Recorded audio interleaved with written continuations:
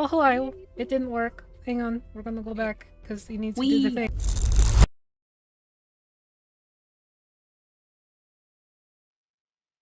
Breaking this shit. Jeez. I am breaking this shit. I can't take this. I'm sorry. Everything is broken. I don't know why it went there, but it went there. I can't handle this. Wow. I will be in my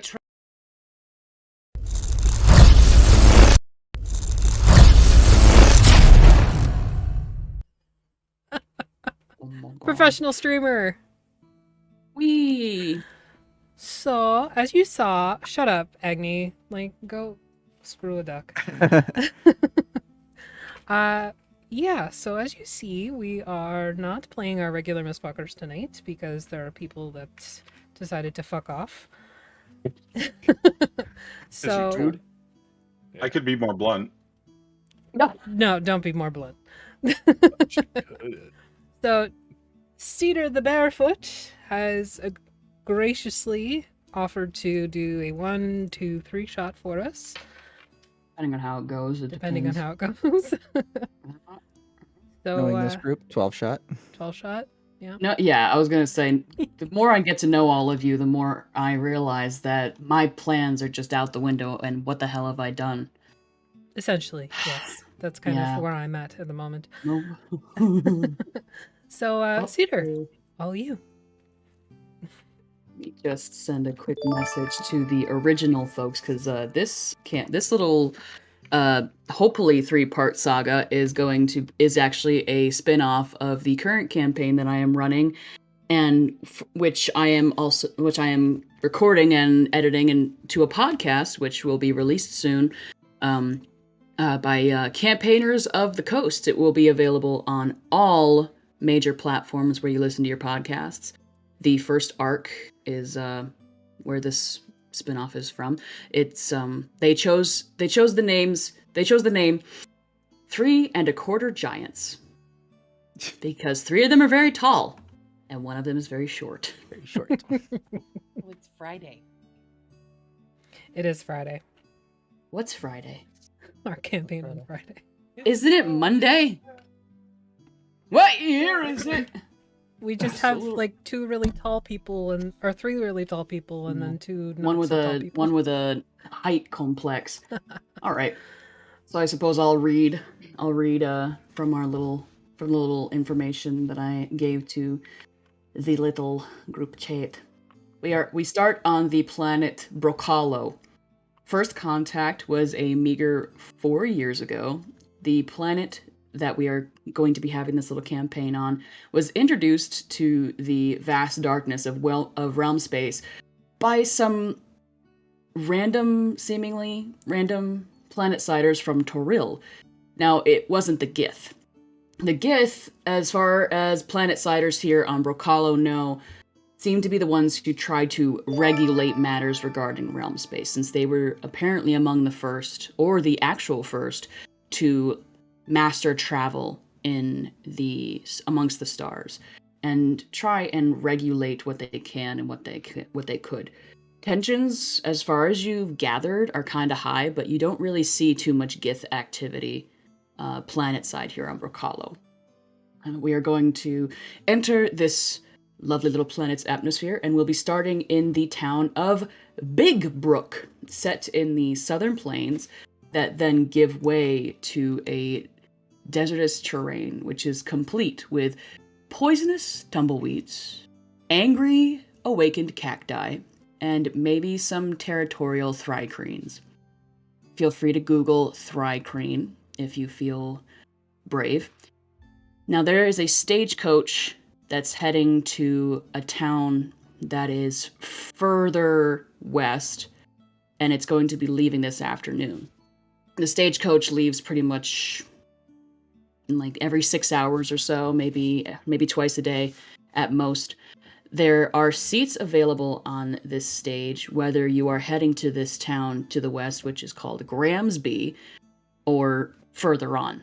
If you're looking for some easy gold, the company that is running the stage has rumored to be asking for protection. maybe somebody who is on the stage or has commissioned the stage was saying that there must be some sort of armed transport, if you will. Whatever the hell they're transporting, that remains to be seen. But if you're looking for some easy gold, all you gotta do is talk yourself up. Or, buy a ticket to Gramsby. How about we start by introducing our just rolled characters from what, 10 minutes ago? 5 minutes. 5 minutes.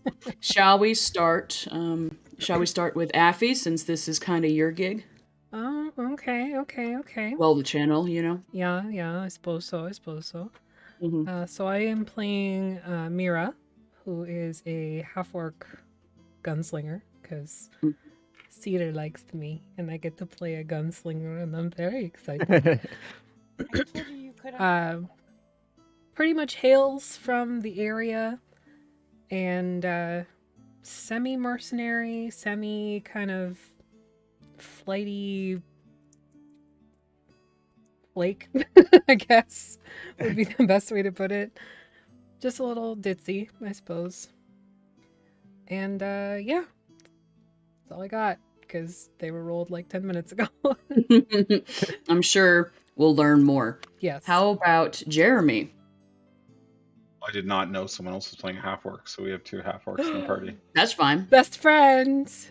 Are you ready? Sorry, I know that you were. Yeah, I'm good. Okay, cool. Best I'm friends Rhorr, forever. Rhorr, Bloodclaw. I'm a half-orc barbarian druid. And yeah, since you brought them up, I get a trophy from my background, so I have a pair of Thri-Kreen mandibles on my shoulder. Ooh. I feel like maybe the Bloodclaw orcs maybe bump up against these Thri-Kreen regularly, and I've earned my spot. Mm-hmm. Oh, the desert is gonna love you.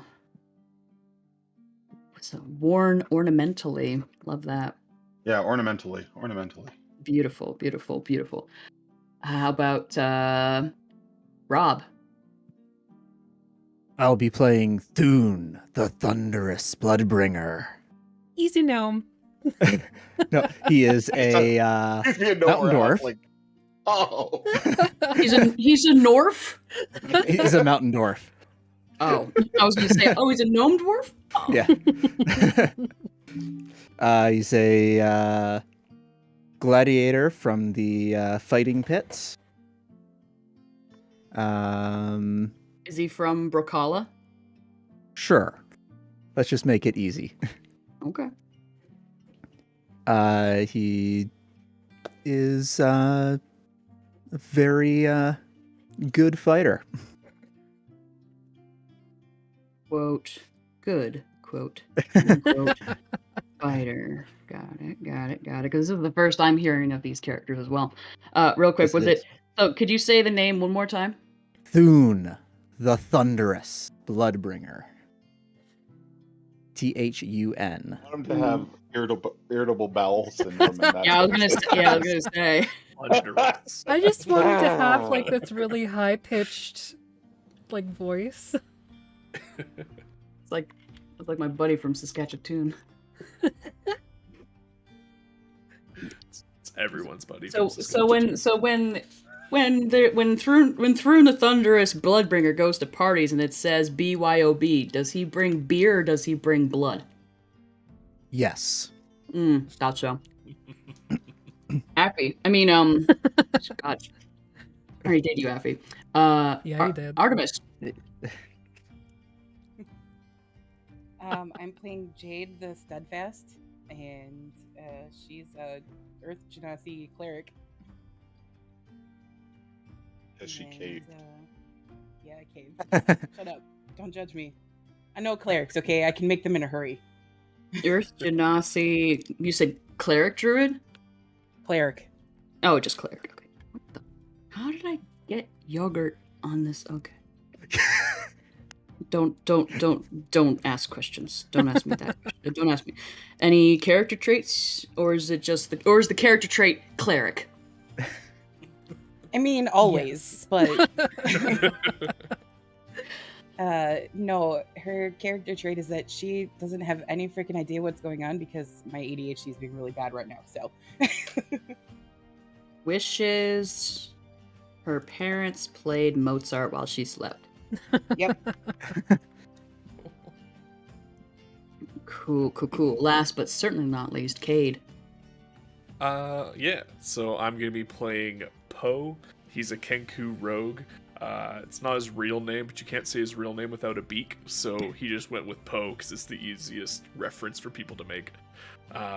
He's from the area, and his whole thing is that he just wants to steal to see how much he can steal. He doesn't even really give a shit what he's stealing. It's just the fact that he did it, because things are shiny. And He's a kleptomaniac. He does it for the rush. He's a raven. Shiny thing, take it. That's a magpie. What if I do have Ravens a beak, do it though? too. What if I can beak shape? What if I do have a beak? Then what are we gonna do? I can say your name, dude. It's just a series of whistles and clicks. It's just Okay, fair enough. So what was you said rogue? It's a cat Yeah. call. And yeah, This is Ruben, great. I see you in the chat. Yes, I have a type. All right. Don't we all, though? Yeah, There's always like that's a what- character archetype we kind of just lean Yeah. into. Yeah, it's always fun to learn a little bit more about my friends whenever I ask them to create D&D characters. I'm just like, oh, you're into that? Okay. Like, what do you mean? It has nothing to do with that. And I'm just like, Sleeve. it's like it tells me your D&D characters tell me more about you than your Zodiac. Like Zodiac and all that doesn't make much sense to me, but D&D characters. All right, cool. We are going to start in Big Brook. It is let's call it late evening. How about Rob, pick a fun Western name. Oh man. Eastwood. Like, Something for a cowboy person? sounding. Something cowboy-y sounding. Something, gunslingers and whatnot. And it's it's for the tavern, or the inn, the pub in Big Brook. my head is just going Eastwood. Clint Eastwood. East Clint. East Clint. There, okay. I was like Marty McFly and Back to the Future 3 there. I was just going, what the hell name do I pick? No, sorry, I didn't mean to put you on the spot. Well, I Yeah. did. But I But would have gone Eastwood too, so. Yeah. East Clint, we'll call the tavern Okay. East of Clint.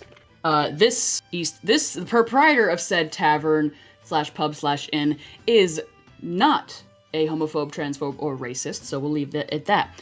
Any Good. whoosies? We are now. It's probably late night, a little rowdy. Maybe some of you are staying in the inn. Maybe some of you are gambling or whatever have you. But somehow, some way, you have definitely heard tell of there being space on tomorrow's stage, or space on the team to protect the stage. I don't know if y'all know each other yet, or have we decided? Yes. Okay. Cool. It's Yeah, definitive. We're gonna make it easy. Yes. we know Okay, we'll each make other. it easy. Have you all worked together before? I feel like that's the only way that Poe makes friends, is by like doing jobs with them, even if they don't know it was a job. How much of okay, well, I need to know this about Poe. How much of let's see. How many times has Poe tried to steal Rhorr's Thri-Kreen mandibles? Oh, many times. Pretty much any time. If he's not. still alive, then he's never succeeded. Oh no, I've just never done it. He's also never been caught. Everyone needs a goal. I Fair, feel like fair. he would also steal them, have them for like an hour just for the sake of Just like, for the rush. Yeah, I had just long them, enough. and Just then long enough for Rhorr to see that they're missing. and then like Don't then save try to- them. Don't save That's- them. Yeah. Then put them back on the bed behind him, like, Yes. where the fuck are my... Yes. Yeah, I'm here for it. It's a multifaceted plan. You know what? Let's run with that. Rhorr, for whatever reason, you're I don't know if you're kicking in the door to your room with intentions or anything like that, but maybe you're about to show off your mandibles to some lovely person downstairs, but your Thri-Kreen mandibles are not where you left them. Where they were hanging neatly polished and still crusted with blood. Well, then clearly the axe is needed. So I'm going to grab that Mm-hmm. and I'll stomp into whatever room these Oh, hooligans are we in. fighting? You're damn right. If I can find who took them, I'll shove them sideways up their backside. Look, what? Oh, just inserted himself into the scene. Just like appears like, Hi, I'm here now. and Mira's like leans out of like the bathing room or something like that. What? Yeah, I don't know how a bird like tries to smile inconspicuously, but like he's giving it his best. It's just like Full shit-eating grin. Yeah, I find the bird. he's right behind you. You turn around with your axe, and he's right behind you. Give him. Give him. I don't know what you're talking about there, what? I roughly turn you around. You Maybe turn you're ar- into that, but One sec. Inconclusive. It was a 10. okay. Where'd you put them? Yeah. All right, they're in your room. Look up. They're on the rafter. Is that a deception? I'm a thief, not a hider. Okay. So are they actually up there? Oh yeah, they're actually up there. All right, cool. Rhorr, Okay. you squint at this bird man, having been subject to these hijinks in the past, and I don't know if you have like a hold on him or something like that, but you kind of just like lean back into your room, and sure enough, oh hell, I'll be damned, they're right there. Let me tell you something, bird. There's gonna come a day where you've got no water, and you're parched and dying in the dust, and you're gonna need someone like me to pull your candy ass back to town and save you. I mean, maybe, but I'll have some mandibles to keep me warm, and I run. Does somebody have candy out here? I heard candy. Rhorr, down the hall, Mira, one of your as of late road companions. You know what? Yeah, you're all level 4. You've definitely had one or two dealings in the past with a few jobs under your belt, maybe some trauma, all that good stuff. Mira pops out of the room. What were you just doing? You heard candy, but like. Well, you did indicate I was in the bathing room, so yeah. I didn't. I'm going with that. All right, I'm running cool. with it. Are you? Hang on, I'm looking at this. Howl, Gunslinger. like just kind of held See? up. Ditzy. Oh, Howl, straight from the bath. Okay. Yep. Probably some suds on top of her head, Yep. top of her adorable half-orcish head. Did somebody say candy? I like candy. Where's candy? You look down the hall, Rhorr, and you see Mira. And this is probably not a strange occurrence. I wouldn't be surprised if you've seen this half-orc butt-ass naked more than once. Probably. Put your clothes on. But I was just in the bathtub. Yeah, I can see that. And clean your ears out. He's dripping. I said candy ass! And then I go back into the room and grab my stuff out of the rafters. You can candy ass? Perception check, Mira. Okay. Oh, you can candy anything. Fair. Where there's a will, there's a way. Yeah, no. Is Thrun there? Oh, damn, it's a party now. I think we're all just kind of like, hey, I want to be part of this. Yeah.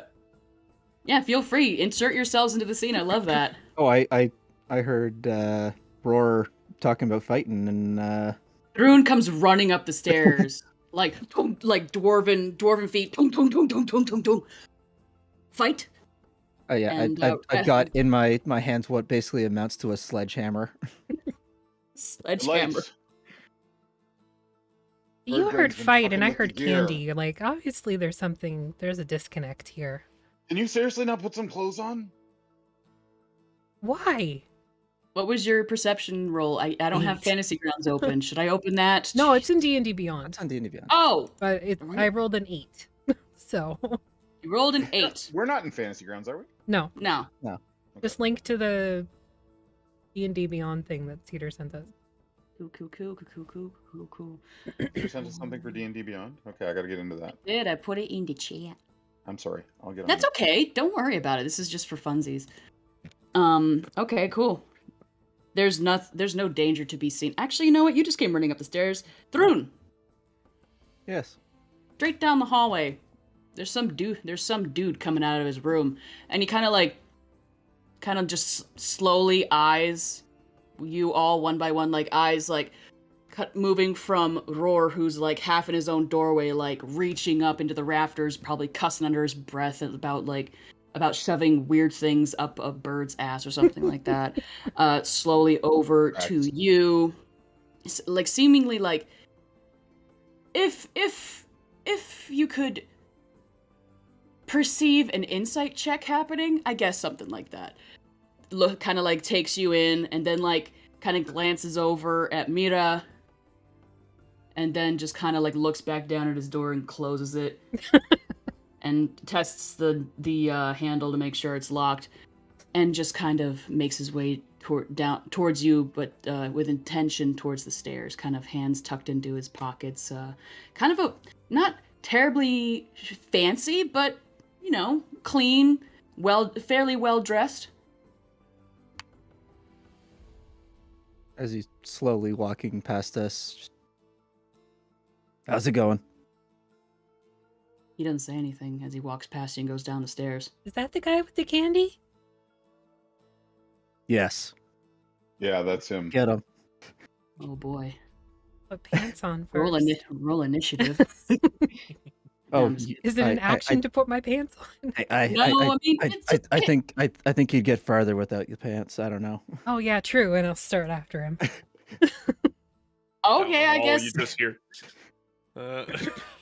How long have y'all been staying in this inn? I need to know this for context purposes. So when is the thing leaving? Stage is leaving tomorrow. Tomorrow? And how long have Tomorrow you morning, known? early. You probably heard tell like maybe a day or two ago. Maybe actually no, you probably heard it like you probably dropped in after you've probably been here for a little bit and you probably heard about it just like this past afternoon. Maybe recovery from the last Probably. mission, so maybe a couple days. Yeah, a day or two. Yeah, you were probably tasked with something along. A local rancher had a bit of an issue with some awakened cacti moving on to his territory, and they were just having disagreements with his cattle. So you kind of went in and persuaded them to bugger off. I grew up shooting cacti, so that tracks. Maybe one or two of you got away with like an ass full of prickles. Who knows? Anywho, so I guess Mira is going down the stairs into the main area of the tavern, butt-ass naked. Got a towel.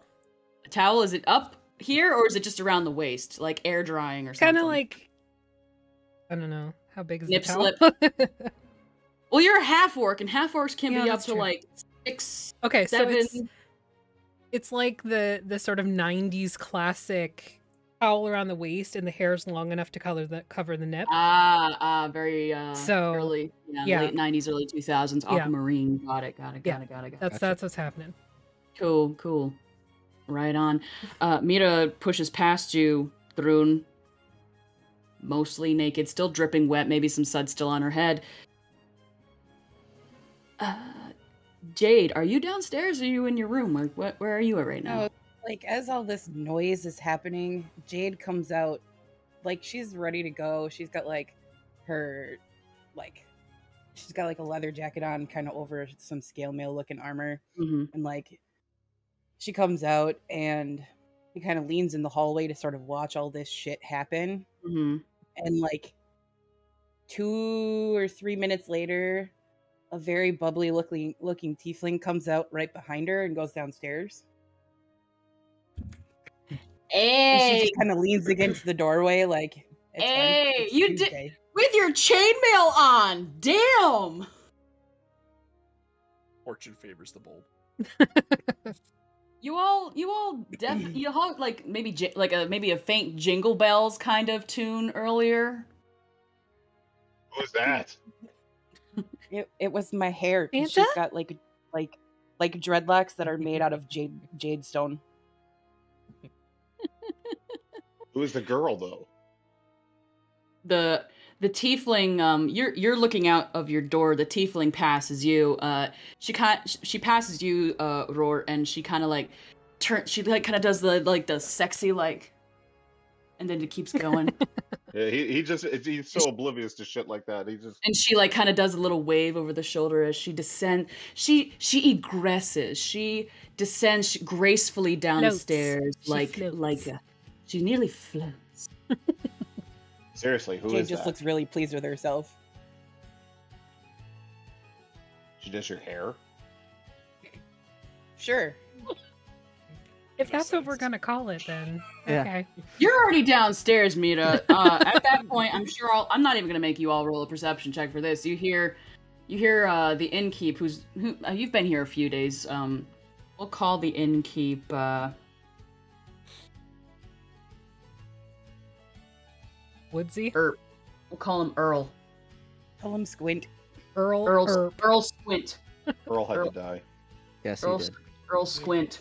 Earl had to die. Goodbye. Earl Squint. You hear this guy down. You hear the proprietor of the inn. Who actually no, it's not the proprietor. It's probably his like husband or something, because the proprietor of the place is apparently Clint. Or East Clint, whenever we decided there. You hear Earl's telltale voice. The fuck! Put some clothes on, women! Unless you're planning to get hired. I'm wearing a towel. You're getting water all over me fucking floors. The floor's really dirty. I'm just helping. I'm assuming that Jade is the mom of the group. I'm sorry. Or is it Poe? Character definitely archetypes, Poe. go. Definitely not. Definitely Poe. not. Who's Poe. mom of the group? Is it Thrun Jade or just is it rolls Jade? her eyes. Jade Oh, rolls her eyes hearing this and goes and gets Mira's clothes and goes downstairs. I definitely do not Because have. apparently I'm the group mom again. Hers like on your hip. Like, so seriously, who is she? Still got your axe while you're descending the stairs. Who the fuck was that?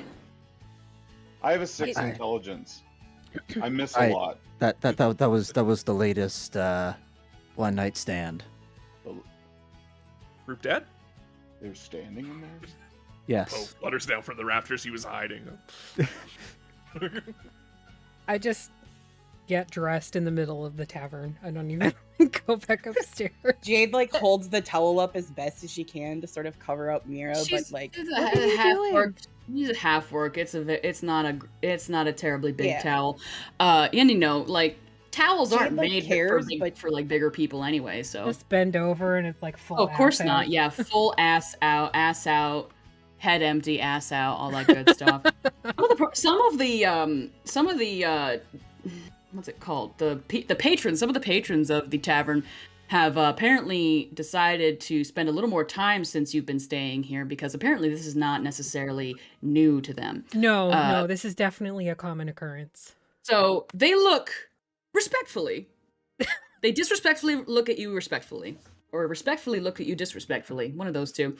I have a feeling that Jade has punched most of them by now, Probably. so they know to at least stay A away. couple of them are probably still have shiners. One maybe had a broken nose that you broke, and then you healed immediately afterwards. Yeah, that tracks. Like, I can break every bone in your body while naming them. And then heal it, and then break it again. And then break it again. And maybe I won't feel like healing it because I will be out of spell slots. Earl, used to this routine by now, is just mumbling to himself, grumbling, and just pours y'all around because he knows that it's gonna happen anyway. If those who drink, if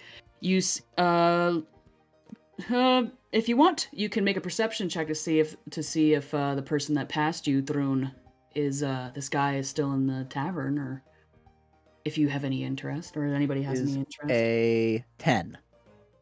Oh yeah, he's not hard to miss. Well-dressed man, fairly well-dressed man, kind of plain clothes though, but definitely not dusty like he's been on the road too much. Doesn't look like he's from around here.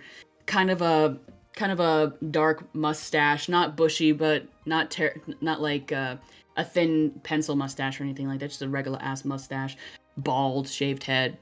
Mostly darker clothes, just kind of sitting at a table by himself in the corner with tonight's like duck and gravy and whatever hellish dish that Clint has decided to concoct in the kitchen, and maybe like a glass of wine, and he's just kind of like twirl. You know how you spin a coin and it just like, yeah, he's probably just doing something like that, or like running it along his knuckles like that.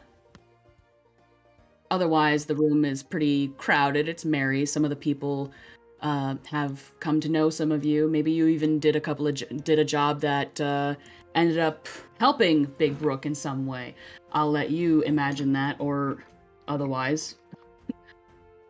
How wealthy is this town? Would This town? guy sitting there like spinning this coin, would it be seen as like showing off like wealth, or is it just like, yeah, whatever, dude thinks he's real cool? Well, Big Brook is an established town. It's not necessarily... It's established enough to be on the main road for the stagecoach. Mm-hmm. It is a regular stop for the stagecoach. There are shops in the area. It's not necessarily a wealthy town. It's not by any means a city. But it's not a hole in the ground. Yeah, it's not a hole in the ground. No hole in the ground. Not like Gramsby. Not like Gramsby, no. But if you decide to look closer, you might even be able to see what kind of coin he's spinning on the table, because it's not a gold coin. Is Gramsby the kind of place where you hear its name and you like spit?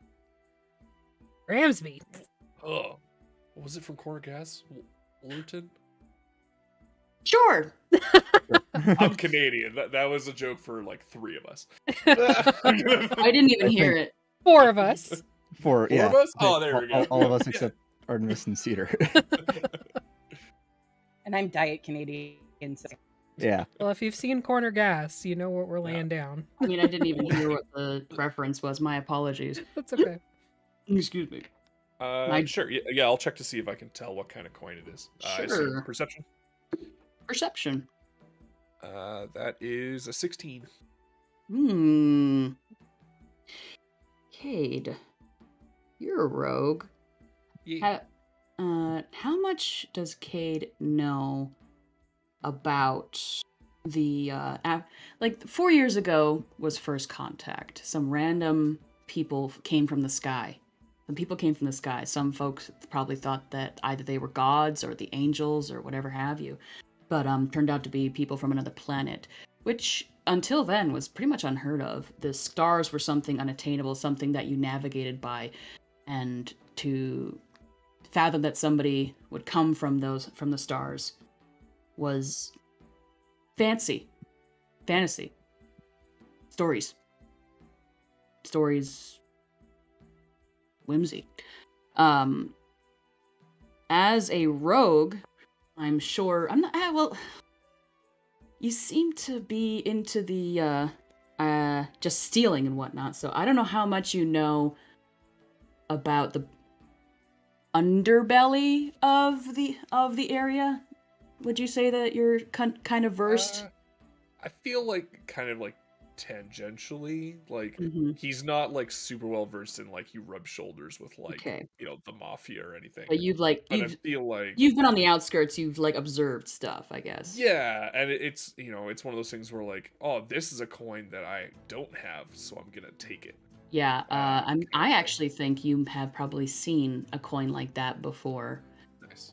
And you have seen another person do this exact same thing with a coin that looks like that in a tavern.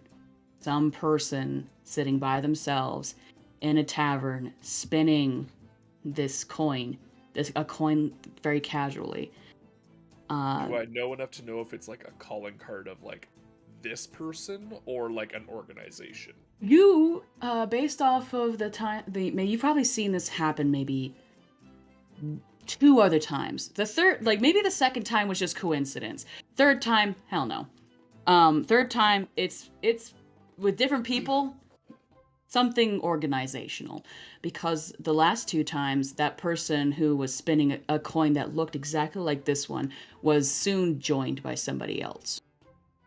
Whether that be somebody who was a known face in town or somebody a stranger, you aren't entirely sure. Gotcha. But this coin, you said it was a 16 perception? Yeah. Yeah. You recognize the coin to be, so like it's a it's like a tin piece, and it has what looks like maybe 2 horns. Okay. 2 horns in a triangle on it. I think I like nudge Jade, because I feel like she, as the mom of the group, is probably like the most with it in terms of like decisions of like what we pursue. And I think I just like, as like subtly as I can, being made of feathers, like point out like there's something of interest over there. My big ass beak. Like, hey, over there. Okay, so yeah, Jade, Poe seems to be shaking a tail feather at you to shake a tail feather at that way. so yeah, once Mira's got herself put back together, Jade will kind of take a look. Where does this buckle go again? Oh, right there. Oh, another. I would like some and candy. The candy has yet to present itself. Are you getting dressed like in the middle of the Yeah. tavern? Oh, Yeah, she is. She absolutely did. Like That's why there are patrons who are here that have. Privacy. That is why there are patrons who are here. That are here because they look at Mira. They respectfully look at Mira disrespectfully. I feel like we should get commission.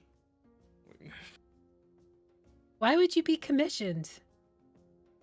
I mean, like, not royalty? Is that the word I'm looking? I don't know. I teach English. I don't know.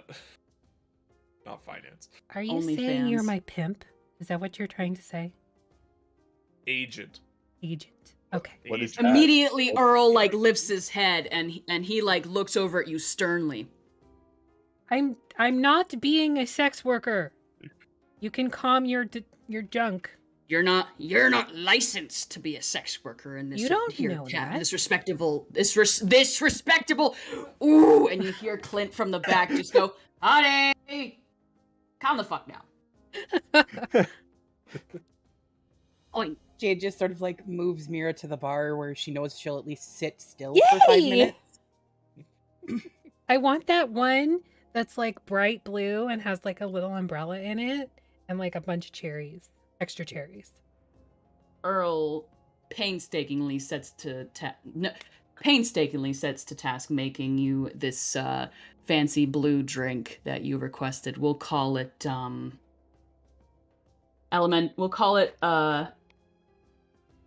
elemental blood. Yay! Elbow the dwarf. How can one work when they're having sex? Doesn't make any sense. Sex can be work. The sex is the work. Not if you're doing it right. I mean, what That's do you the do? reason they're doing it is for money. Who basket weaves or something like that while they're No. No, Having sex is what they get That's paid the job. to do. Did we just learn that Rhorr just lays there? Yes. Dead It's not fish. working. You're doing it right.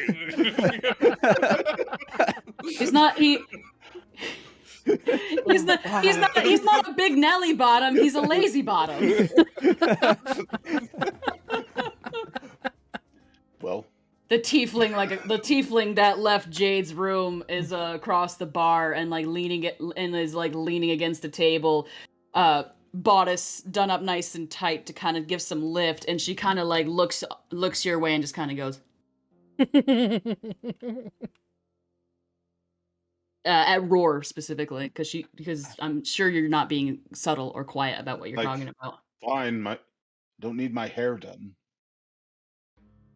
Oh, Rhorr. She kind of cocks an eyebrow and just in a way that says, "If you're into that, Maybe you do." I don't know. I find the horns disconcerting. There was this one time with 3 gnomes, and it was just crazy. If you don't know, that's a reference to Mistwalker campaign that usually takes place here on Monday night. I don't even have enough hands for 3 gnomes. I thought you were ramping your way up to 7 dwarves. You don't need to have the hands. They have the hands. What a wonderful game of happy slaps this has turned out to be.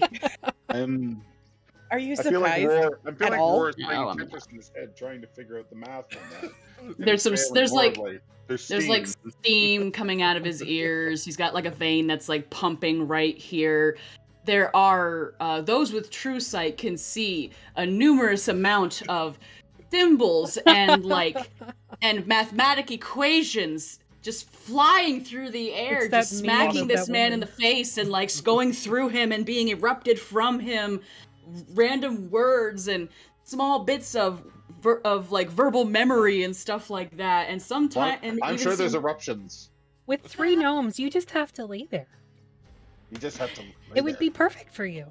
Anyway, so Poe has gotten your attention, Jade, and has gestured to this man in the corner, humanish looking dude, dark clothing, not terribly fancy, but nice. And is currently turning a coin in his hands and not touching his dinner. Some less lively music starts to play over in the corner by the local bard. So Jade kind of makes note of it and keeps a very wary eye on that. Okay. While also trying to make sure that Mira doesn't wander off. All right. So I'll ask you if it's something like that. I'll ask you to make 3 perception checks that will take place throughout the remainder of the evening that you spend down here. At each one of these perception checks, you all can decide what she sees all of you doing. The first one. So the first one is a 21. 21. Mira, what are you doing? 1 sentence. Taking my drink and trying to wander off. Rhorr, 1 sentence. What are you doing? Counting gnomes on my fingers. Aha. Thrun. Which you're big enough to do. Sorry. Thrun, 1 sentence. What are you doing? Rhorr, drinking contest? Hell yeah. Poe, are you even here? What are you doing? No, I'm totally here. I came back down. Rappers again. I'm checking my pockets to see if I have any leftover pocket birdseed for a snack. I know I had. That man still over in the corner at the table, turning that coin. Dinner still steaming, but untouched. Wine still untouched. Half full, half empty. It's a served glass of wine. Second perception check.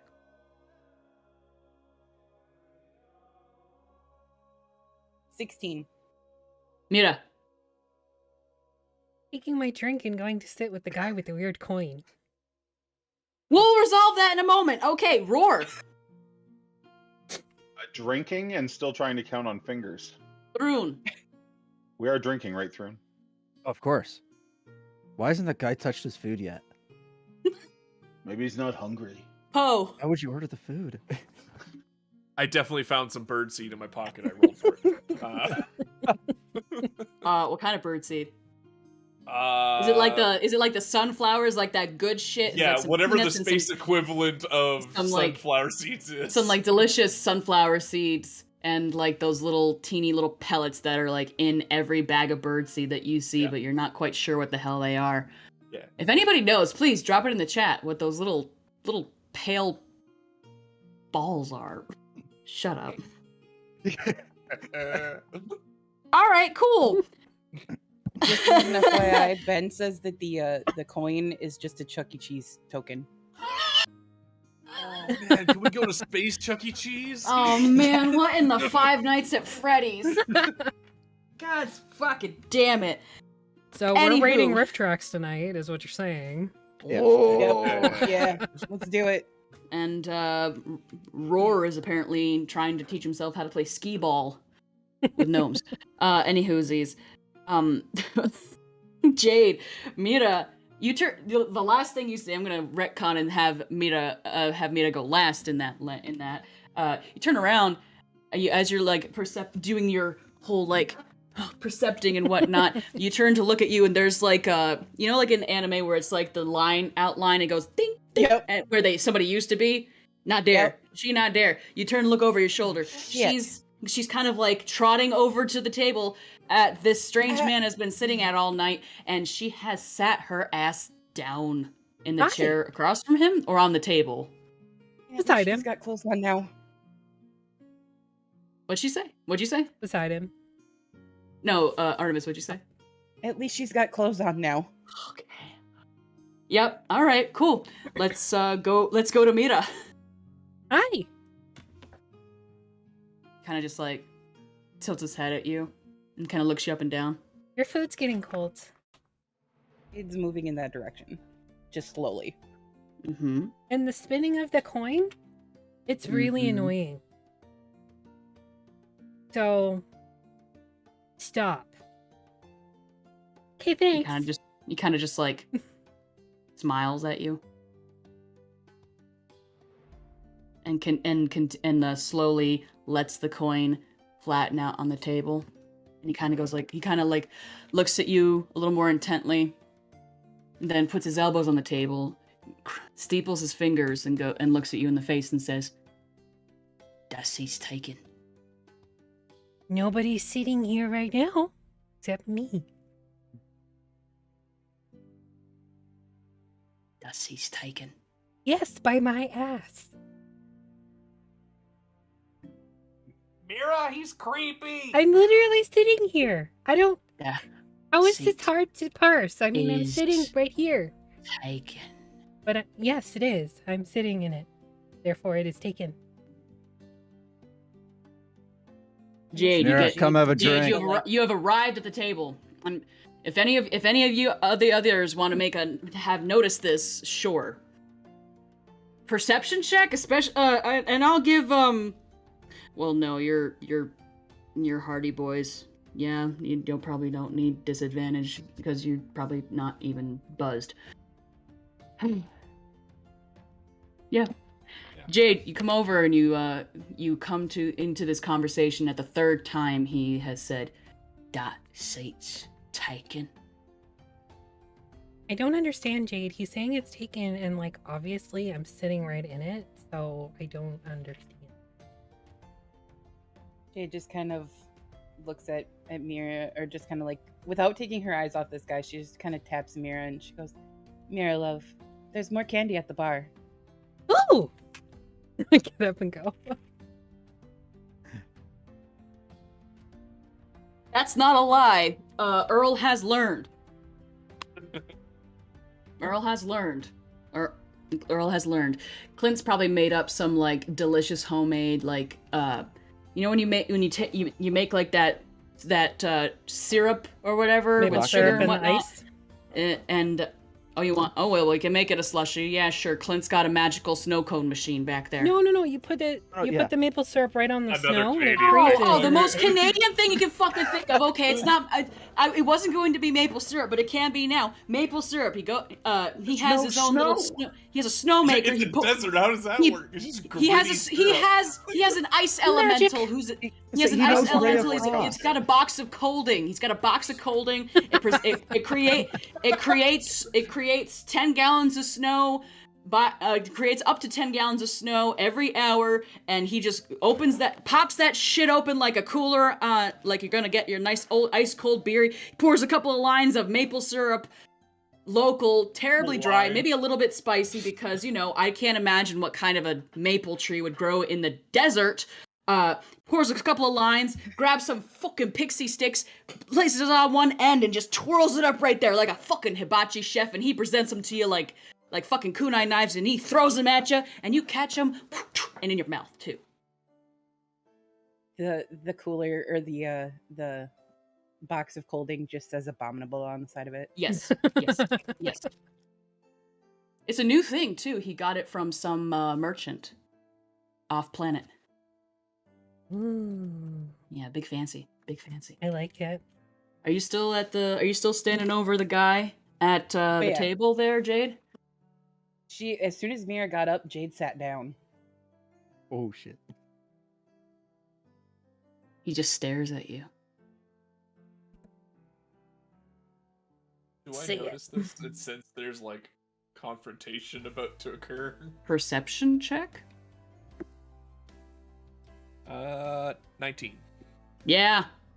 Cool. I'm You sneaking up behind the guy. you feel the tension coming off of Jade. Like you could cut it with a butter knife. It's like butter. From the man, I'm not sure, but do you want to do like a insight check, anybody, Sure. on this guy? If you're especially Jade. 8. 17. That's a 26 because I rolled the nat 20. Nice. I also now that takes away some of my thunder. I also rolled a nat 20, so let me pull up his character sheet real quick to make sure it is what I think it is. Thun, we're like brothers. We both have the word blood in our last name. I take some of the maple sticks and put them in their next shot. It's gonna make it taste real good. You stir it up, and it kind of goes with magical carbonation. It's a little spicy, but it works. It works. It fucking works. How the fuck does it work? It works. Where the fuck is this guy? There he is. Oop. What spicy maple syrup are you having? Cactus Again, maple syrup. I'm not sure what kind of maple trees grow in the desert. Very Really small dry one. Very, apparently. Believe me when I tell you, a maple key can get fucking anywhere. That's true. Where a Oh tree my grows. Yeah. fucking guts. Okay. I didn't realize his was that high. Okay, cool. You said you rolled what? Rolled a Jade? nat 20, so 26. I rolled a nat 20.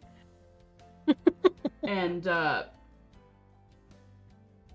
am not lying to you either. He rolled a 32. Holy shit. Yeah, but I rolled an 8, so golf rules. I beat him. I'm here for it. I'm here for Even it. even so, you both look. I rolled a 1. You both look. Oh wow, okay. That's a dude. I That's don't a even know dude. there's a guy in the room. It's standard shaved head white dude with a mustache. Some humanish looking dude, obviously not from around here. Who knows? Jade, you're looking at this guy. I get from what you rolled. I'll say that you gather the following. He's not from here. You can't read him. This guy must play. If he plays poker, he's a champion. He is so casual yet suave, but yet nothing. He's just there. He just kind of stares back into your eyes. You know he's been places by looking in these eyes. There's some wrinkles around here, maybe a scar that's visible right over the temple over here. He's not necessarily an ornamental kind of person, Knuckles definitely scarred up, and he just kind of like stares back at you, fingers steepled. And the third thing that you can tell from this man is he is fucking dangerous. And he just kind of smiles at you. Das seat's So- taken. Because of my net 20, I'm just gonna say that Jade is dangerous when it comes to protecting these people. Mm-hmm. Oh yeah, he read that. Don't worry. What people? Is she talking about us? Jade We just don't kinda- need protecting. I have guns, and I like open my coat, and there's like guns everywhere and bullets. Oh, I thought you were just showing your boobs off again. No, I'm Yeah. dressed. Earl just cries out, "You're supposed to check those at the door!"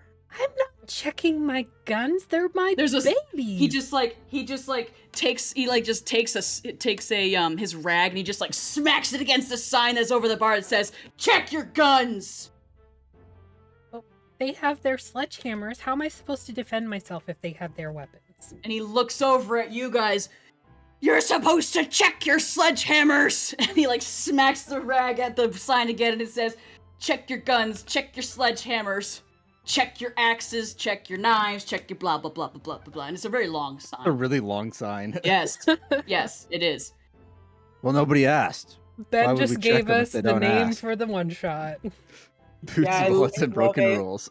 Oh, God. The boobs bullets. Yep.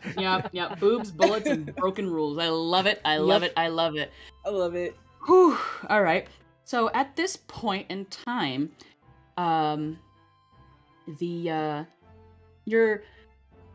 your dance partner, shall we say, Jade, you recognize her immediately from the scent of her perfume and the sort of lingering scent of clean sweat and something very familiar, like you. Me. And you feel she kind of like, this is probably not your first rendezvous with this person, since you've been here a little while. She's a working girl, making money, whatever. She kind of like runs a pointy fingertip along the back of your neck and goes like that underneath your chin. "I believe that seat is mine, darling. But I ain't mad at you for keeping it warm for me." Jade just kind of leans back far enough so that like her head comes into view, and just goes, "Of course." You're then like, gets up. when you're like that, like immediate, just boobs, Yeah. boobs, You kiss the boobs, okay? And then get up Does and go. that to their hairdresser. You get up and she gracefully just like kind of sinks into the chair, elbow in the back, crosses her leg, and the leg just like appears like whoom, like in the split in her dress that just goes up to her thigh. It's like here's your one chance, fancy, don't let me down. That is some like, it's like a movie. Damn, sorry, I got lost in thought there for a second. That guy's out of luck. This is not a one coin gal. Yeah. Do we need a break? We can take a break.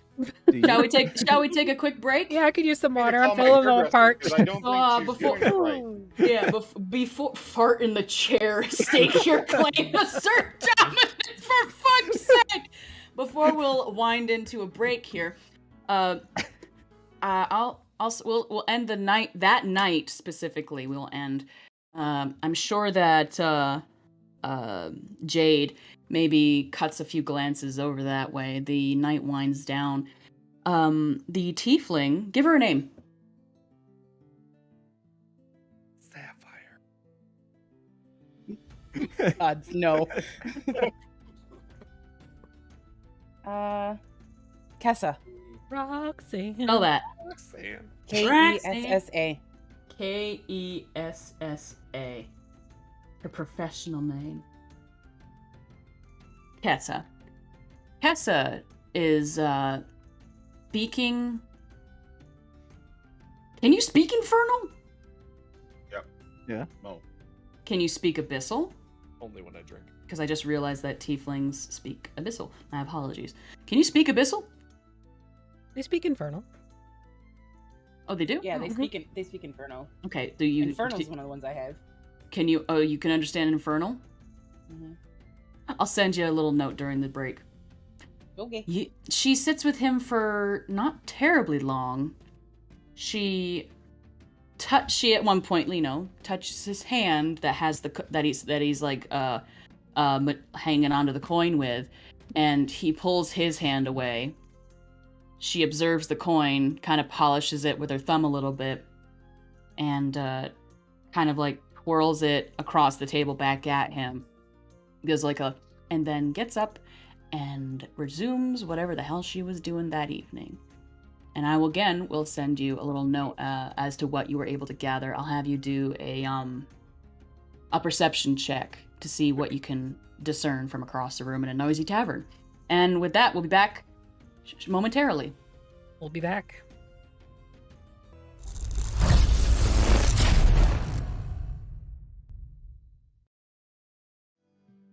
We are back. Hello. Hello. Hello. Hello. Hello. Where are we? I Uh, have no memory of this. trolling your NPCs is where we are. Yeah. Mm-hmm. Cool. Cool. Night wound down. Whether or not you all went to bed is up to you. Who slept? Who did not? At some point I sleep. Yeah, at some point I went to bed. I got Yeah, very, close very enough. drunk and then went to bed. Okay. Was it your own bed? Hang on, let me roll. Or did you something. take it from somebody else? Rhorr just opens his door and there's just Mira just like draped over his bed, trousers like falling down and like drool. Yeah. A gun in one hand, and like using my musket as a You just pillow. go, yeah. Yeah. I'm going with everything Cedar said. Yep. That's exactly what yeah. happened. Rhorr, you open your bedroom door after finishing your little drinking contest with your buddy. With your buddy Thrun, and the sight that is possibly not the first time you've seen this sight awaits you. Your bed is just she's like a starfish, just taking up the whole thing, and she's drooling on your pillows and. That's fine. I mean, in the desert, you have to huddle up to keep warm at night. But the drool doesn't bother me. So, is the bed even big enough? Like, can I just roll her ass over into a corner? You could certainly try. You could certainly try if you want. You can come sleep in the attic with me if you want. in the attic is just rafters and insulation. Fuck you, thief! You took my shit. I'm going up there. All right. I'll do it again. I guess you take the edge of. How do you roll her over? Do you like take the edge of the mattress and just kind of like? I feel like maybe this has happened numerous times. So like it's or you just like curl up like a dog between her hip and her there's like arm. nothing sexual about it. It's just like grab any part that I can get a good grip on and roll her. Constitution check, Mira? You want me to make a constitution check? No, not you. No, not you. Mira. Just a check? Saving throw then. Yeah, you're right. Okay, saving throw. 1 second. Saving throw? What the hell did you do in my bed? Nothing, you're grabbing her. 15. Okay, you take hold of one heavy boot and like manage to bring it over to the other heavy boot to try and like do a little to flip her over onto one side of the bed, and you hear like a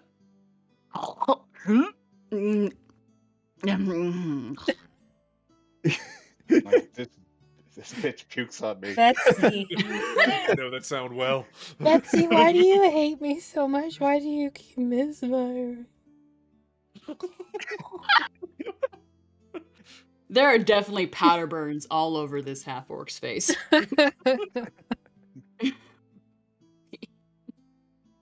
And you curl up and go to sleep. Cool. I'd like just push and fight for every inch I can get. Yep. Snagging the blanket, bit of a tug of war. It's a matter of principle. This is my fucking bed. Yep. Stand your ground. Well, lay your ground. This is your side of the sand pit. This is your burrow. I'm drawing a line. In the sand. So to speak, yes. Yeah. A rolled up blanket down the middle of the bed. Yep. Long Where's pillow. my short ass gets This is a what happens giant when bed all half to of us grow myself. up in cities instead of in the desert. Throw in anything you want to get done before you go to bed. I'm sleepy. Cool. Jade. Poe, you're in the attic? Yeah, I just go up to the attic and sleep up there. Occasionally in the night, y'all hear like a and like the clitter clatter of like loose seeds. Feathers. So Jade? once Mira drunkenly wanders off upstairs, Jade would look around and see if there's either anybody new or anybody she's already seen. Pretty much everybody there is I'm not even gonna make you roll for that. It's quieted down for the most part. It's pretty late. The bard has the local bard has stopped playing and is like packing up his lute tar. Seems like he played in his like he's got maybe gone through one or two bows. The horse hair all crumbled up because he performed some wicked ass solo. It was actually pretty impressive, and you hadn't seen him do such a thing because apparently it's an expensive bit of performance he does. Because you got to get your bow re-haired every time. But he played Freebird. I'm calling racism. Just saying. he did not play Freebird. This devil went down to Georgia. Imagine like a Charlie Daniels concert. Devil went down to Gramsby. Gramsby. Yep. Title of the episode. I thought it was Boobs, Bullets, and Broken Rules. Yeah, And that's good. Birdseed. I don't know if YouTube will let us do that. I don't know, but I'm gonna try. Please Okay. tell me Poe's last name is also Poe, and he used to be a town guard. Oh my god, are you Mr. Popo? I was looking more of the perched upon my chamber door variety, but Oh. I'll do whatever. That was totally lost on us. A on. knocking, a tapping, rapping together at with the my rest of us. chamber door. Just drop a slick rhyme there. Hi, Sam. Hi, buddy. You are sitting Yeah. on. Those are my notes. Jade would try to find somebody warm to go to bed with, and if she doesn't sleep. So All right. Gonna say if not, There she are will. a So our mom is dealing with things, maybe. excuse you. Don't walk all over the keyboard. Yeah, sure. This establishment has a couple of licensed professionals. Good enough. Sam. One of them being Kessa. You didn't probably catch sight of her. A couple of guys, gals, and non-binary pals. Not too big of an operation here. I haven't Clint done is Applework licensed as well. yeah, she's not picky. She's just somebody who's available. Cool. Clint's available. Sure, why not? Cool. Ooh, his dirty rag. He gives it. Clint is the cook, and he's a cleanly boy. Earl, his husband, is the bartender. I missed that. That's okay. So Clint gives his bartender husband a little kiss goodnight, and takes you by the shoulder and kind of gives it a little squeeze, and then follows you upstairs. Cool. We fade to black. Things are mighty friendly around here. Oh yeah. Sam says hi. He's very sleepy. Sam. He's a little guy. The morning comes. Some of you feel a little dry-mouthed. Sorry. I'm a child. Is this your first time working the stagecoach? Maybe it? this particular one? Yeah, Okay. I feel like we've probably done like protection gigs before. Or we've held them up. Yeah. I know what I'd say stagecoach looks like. Either way, you know the town's driver. And you all awake to the sound from the shaking the windows of the inn nearly. Yeah, doggy! And all of a sudden come tramping around the corner down Main Street. These 6-horse team. Hold on, yeah! And that is the telltale sound of the Big Brook stage rolling across the plains and into town. I cannot believe your cat stayed in your arms for that whole thing. Oh, he lets me clip his nails. I've done it on stream before. Mira, that better be your gun in my back. Those aren't pillows. Jesus. Who's Jesus? He's the desert god. Fantasy sky daddy. Take the wheel. Reins? Take the reins. Take the reins. Take it from my hands. Yeah, hurry up! I need to get this. You hear it from the outside. Hurry up! I gotta get this team out here. Change nails. These horses have been really run wild. Oh, get over there. Yeah, we did it.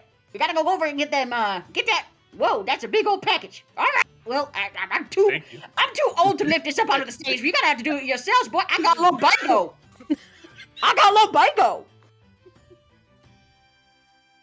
Ruckus outside. Typical ruckus. Typical ruckus on the morning stage. Who wants to name this guy? The morning stage driver. The teamster. It's Kleetus. It's with a K. Kleetus! Ooh, Yeah, I was gonna say it was definitely Boris. Kleetus Hammatow, so we can put the hammer down. Yeah. nice. I just dropped that hammer one more time on my foot. I can't do it. I won't be able to work no more. See, I got flat feet because I dropped my hammer on them. I want to lean out the window and ask Kleetus if he has candy. What's that? You have candy? Candy? You got candy? It's pretty much all I can taste at this point. So that's a yes? And he kind of just goes, Okay, good. We won't rob you this time. We're going to help you. you're right. Whatever. Were those words? I'm trying to get on with it. Nope. Nope, they weren't. Just in case those... anybody was listening, they were not words. For those of you at home wondering, Kleetus Hammatow is spelled Kleetushammertow.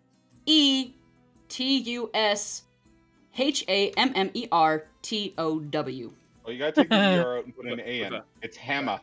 Hammatow. Okay, yeah. Hammatow. Hammatow.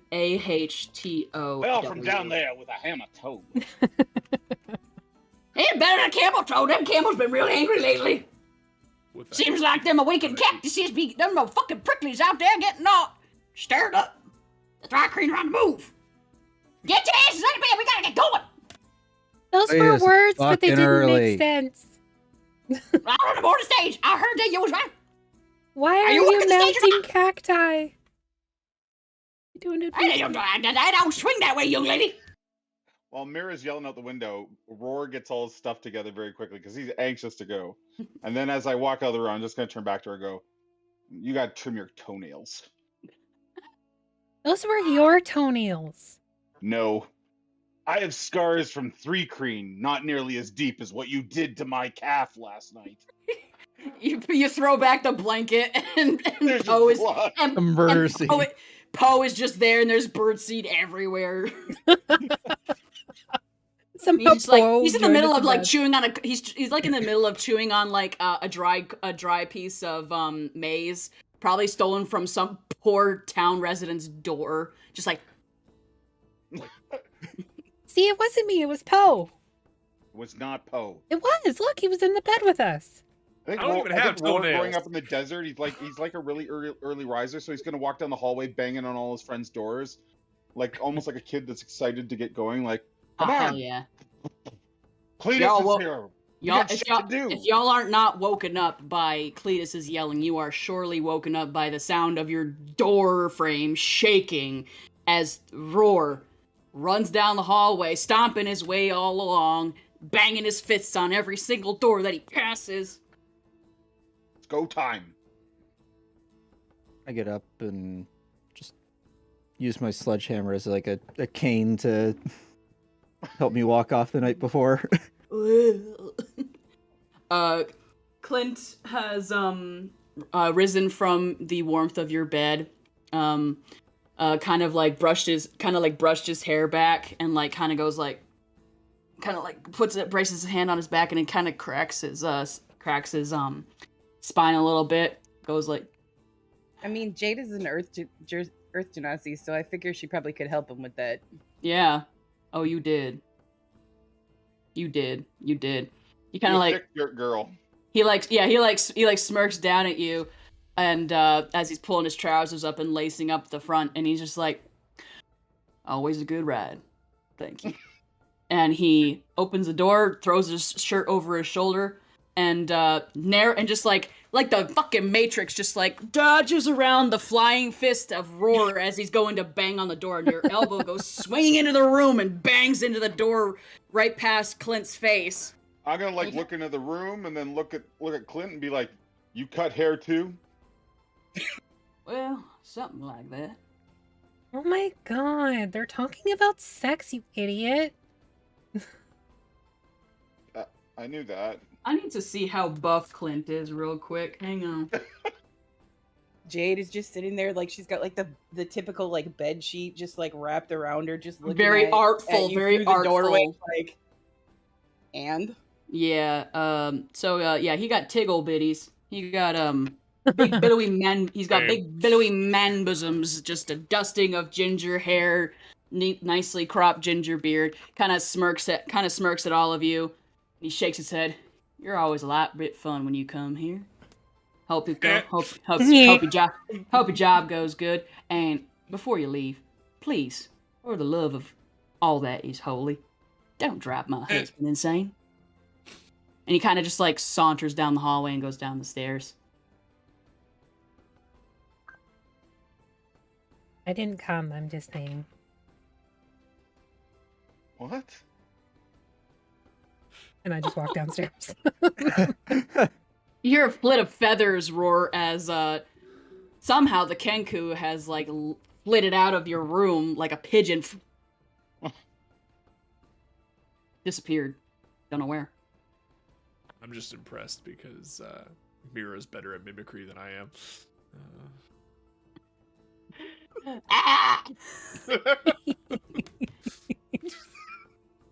Low-hanging fruit. No, Clint's already gone. Any whoosies. Kleetus is probably still yelling and screaming outside the entire time that a new team is being hitched up to his to the stagecoach, as he's not verbally abusing the young strong boys who are like unloading and loading up the baggage that is going on the stagecoach or anything like that, but surely not being very nice. If you could understand a single word he was saying. Therein lies the issue. Nobody can understand what he's saying. Dadgummit! Done told you. Put the heavy stuff on the bottom, put the light stuff up on the top. You're gonna go flying off, you're gonna throw off the balance. You gotta put the heavy stuff on the back, and then you gotta put some heavy stuff in the front. He's talking about counterbalancing, so make sure that you counterbalance and put heavy stuff on both sides of the wagon. Indubitably. And do it quickly. Dang it. that's the only extra language you speak is Kleetus. Yeah. Kleetus. It's really close to orc, so... Oh, I know. It's a common orcish and Kleetus. He like reaches into his belt pouch and he's like, and you know those weird but yet delicious candies that are in the bottom of every old lady's purse. Werthers. The Werthers. The little Yeah. strawberry ones. Maybe one or strawberry two, ones? maybe like one or two, yeah, like strawberry ones and the Werthers, and like maybe one or two of them is unwrapped, got like a That'll little be one of lid on. those white peppermints with a stray hair on it. Probably, yeah. Oh. He just like holds out a handful and he's like, There you go. Thanks. You're welcome. Now get going. We got shit to do. I'm He- going. he, You're so Yes, we're boring. here. You can. is like clambering up. This is I didn't even describe Kleetus. Kleetus is probably like a very scraggly gnome. Why does guy. Kleetus sound more like a bird than Poe does? Probably is. I can't hear you. Poe is just like questioning whether or not this is like a long lost cousin. Like I found the missing link in the evolutionary line of Kenku. Strangely enough, you have found in your previous dealings with this gnomish teamster that he can understand and possibly speak your home language. Or accidentally. He accidentally does it. It just kind of happens. It's a kind of a moment where you think every once in a while, it's like, good fucking gods, I can understand you. It's like reading a doctor's prescription pad and understanding what's written there.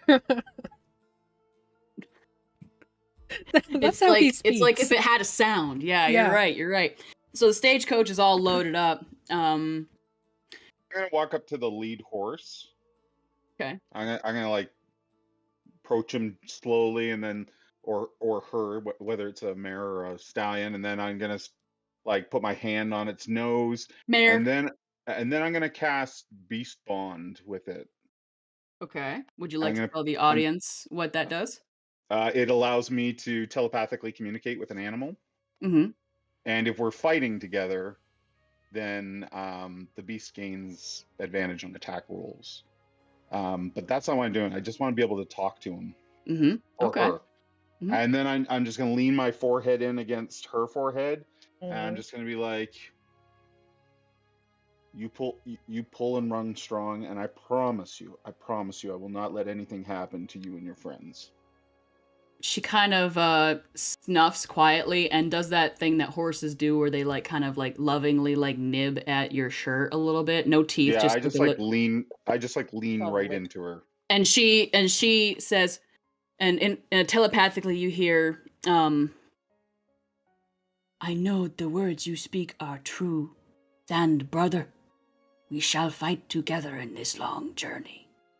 Okay, then I'm gonna like rustle her hair up and make sure it's back out of her face. I'll pat the other horse, and then I'll head to the back of the stage. And she kind of like counts in the sand. Note to self: do not, nothing. No horses were hurt in the making of this episode. Do not make me have PTSD from Neverending Story. Betray you! Oh, I won't. I promise. Heart attacks. All the '90s kids collectively like Twitch. Yeah, that hurt me in a different way. Well, now I know we're talking about in therapy on Wednesday. So we're loading up. Who's riding where? Typical stagecoach. Don't know if you need a visual representation of what this thing looks, of what a stagecoach looks like. I'd like to sit high on the back. I'll be There's a perch for that. That's where I was gonna say Poe goes. Well, gonna sit with my favorite person in the party. Yeah. I'll be next to Kleetus, because that's usually where the gunman goes. Mm-hmm. Cool. Sitting in the back watching for anybody approaching from there. Yes, I have called shotgun. Peter, watch where you put that thing. Because I assume it's going to be moving fast that we're not going to be able to walk beside it. No. Okay. Unless you have horses. Do you have horses? Probably. Or not. I mean, it's all up to you. Nah, Poe recognizes the weird visual of a bird riding a horse and just doesn't want to play into that, so. Oh, shit. Fuck. Yeah, oh, I didn't need to see. be whatever the space version of a meme is. That would be a meme. Can somebody please, for the love of gods, draw a Kenku riding a horse? Maybe even a centaur. Who knows? No. No centaurs. Triggered. Centaur. Top half of a bird, bottom half of Atlas, a horse. when did you get here? Oh no. Okay. So we've got Rhorr and Poe in the back. We've got Mira up front. Thrun, Jade, where you at?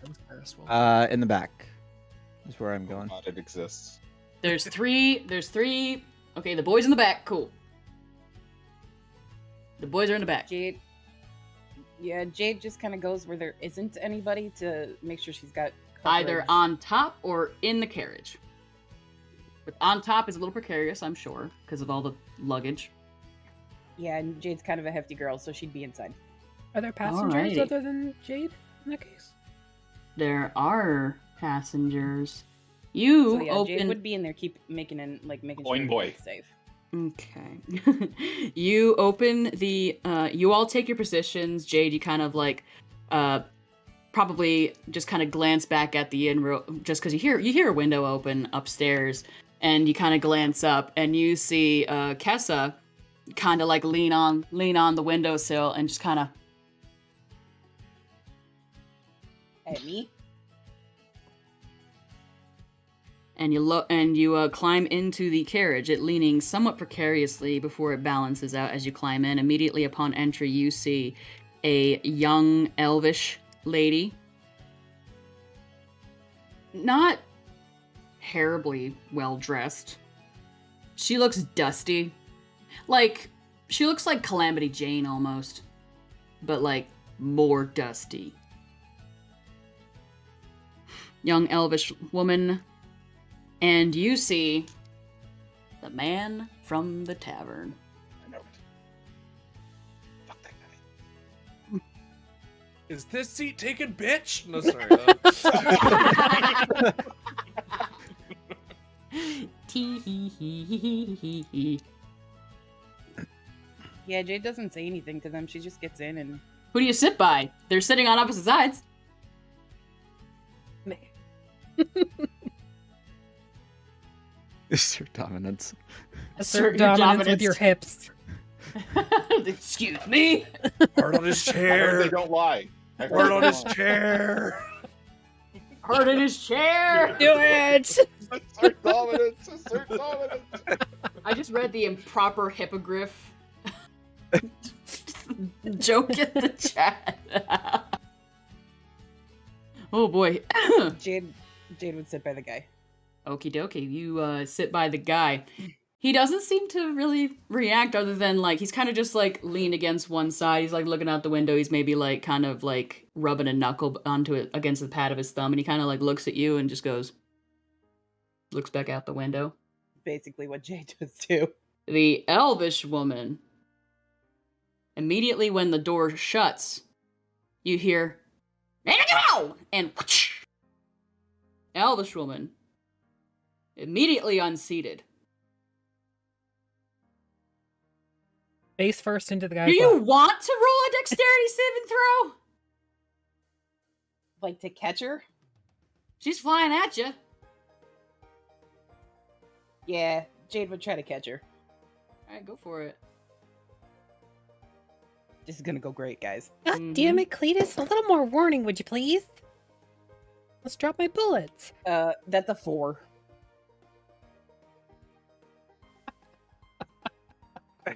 She's wearing traveling leathers and whatnot, belt cinched tight, shirt done up pretty well, but there's nothing like the old feeling of having a button in your eye, but you know what, it's made better by the fact that they're boobs.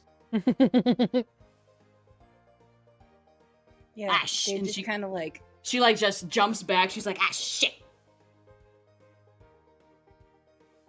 She kind of squints at you real quick, and she just straightens her shirt, and she's like, she crosses her arms all surly.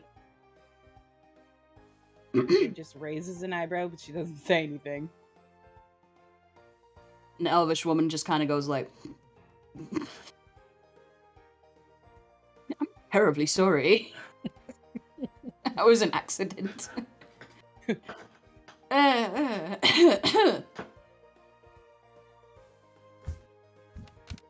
Kobb! She holds out a hand, dainty and calloused, terribly calloused, like blisters. Jade she thinks about it for a second and then takes her hand and kisses it and says, Jade, Kissing calluses. She just goes, Smoother than whale shit in an That's ice episode flow. she goes, "Oh, lovely to meet you. And you?" She looks over at the man, who says nothing, just kind of like gestures, and looks out the window, which is just locked up in dust as Kleetus is just driving madly into the open desert plains. The team going fast. The mayor leading the team that Rhorr had spoken to with such a tenacity. Dirt flying up past her hooves. There are cactuses that are just like flying by out of vision. And shall we have the folks who are on the outside of the stagecoach make a couple of perception checks now, since we're going to jump ahead to maybe 2 hours into our journey across the desert towards Gramsby. You want 2? 22. What was that? You want 2 checks? No. Oh, okay. Well, unless, yeah, probably, sure, why not? 18 checks. and a For 10. the first hour. 18 out of 10.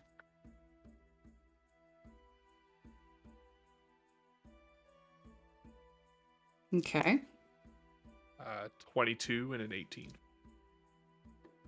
Okay. I got a Oh, Rhorr. 15-19. Okay. Oh. 22 and 18. Okay. First hour. This is dusty. So you probably going down the road. Maybe some waking cacti are a little disturbed by the stagecoach's passing, since they were they had the right. Technically, they had the right of way in crossing the trail, but Kleetus drives by his own rules. So you pass quickly. You go quickly past them, just narrowly. They just narrowly escape being squashed or blown into smithereens by the wheels and spokes of this wagon. And you turn and look over your shoulder, Rhorr and Poe and Thun, who are all riding in the back. It's very crowded back there. And you just like see a couple of them like shaking their little prickly fists at you.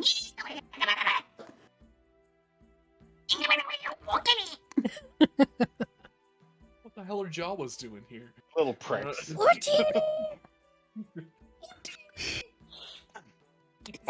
Rhorr's got like some maybe charcoal or like if cork is available. He's like smudging black sort of like war paint onto his face. And every so often he's gonna reach over and try to put some onto the bird around the beak. The black bird. Yeah, I was gonna say, what color? Well, I don't want to. I see color. What color are you, Mr. Kenku, Mr. Poe, Mr. Popo? Technically, black's not a color. What shade or saturation or hue are you? No, I'm black. Okay. I'm like, it doesn't have to show. It's just The shows principle of the thing. Yeah, We know you're it's ready. there. You're Yeah. ready. Come here. Just like grab him by the There- beak. there's like- You know, like when a dog like places its snoot in your hand. I feel like that just puts like his beak out. Like fine. I'm like, It's just... Do you draw a dick on his forehead? In no, I don't. I take it very serious. I'm like, very genuine. Okay, cool. Then you're watching this take place. how about you, dwarf? Get on team. Get on brand here. You know we have names, right? You don't just have to refer to us by our races. Like, I don't- It's very demeaning. yeah, as a friend, I feel like I need to tell you it's a little problematic. It's insert current year here. You All don't of this in Kenku mimicry. Oh yeah, call- yeah. In a You're variety of, like, problematic. a little bit of Kleetus thrown in, and like, You can call me Orc if it makes you feel better. I don't think it does. No, No, I don't think when somebody uses racial slurs, using racial slurs back at them makes me feel any better. Why is it that to call you? Okay, I won't call you bird. Like it's literally the same number of syllables as my name. It's less letters even. What is a syllable? You hear from the front. Right. He's right. He's right. Just Cleetus says he's right. oh, Hey, you right? like start saying porridge and stop. I'm not right. You understand me? Poor. Close enough. We're getting there. Baby Ah, steps. dadgummit. Turn back and yell, Cleetus. They're saying about you, Cleetus. You shut him out. It's like, it's my wagon. It's my wagon. It's my business. It's my wagon and it's my business. Dang it. Dang Is that it. what he said? Yes. If my name that conversation, you don't need to talk. I'm like, do my best to mimic back, but like, it's a stretch even for a Kenku. You know what? I ain't gonna shut it. We have an incentive here. That one I didn't get. We're going across the plain. We're gonna have to take it slow down here, otherwise we're gonna get all.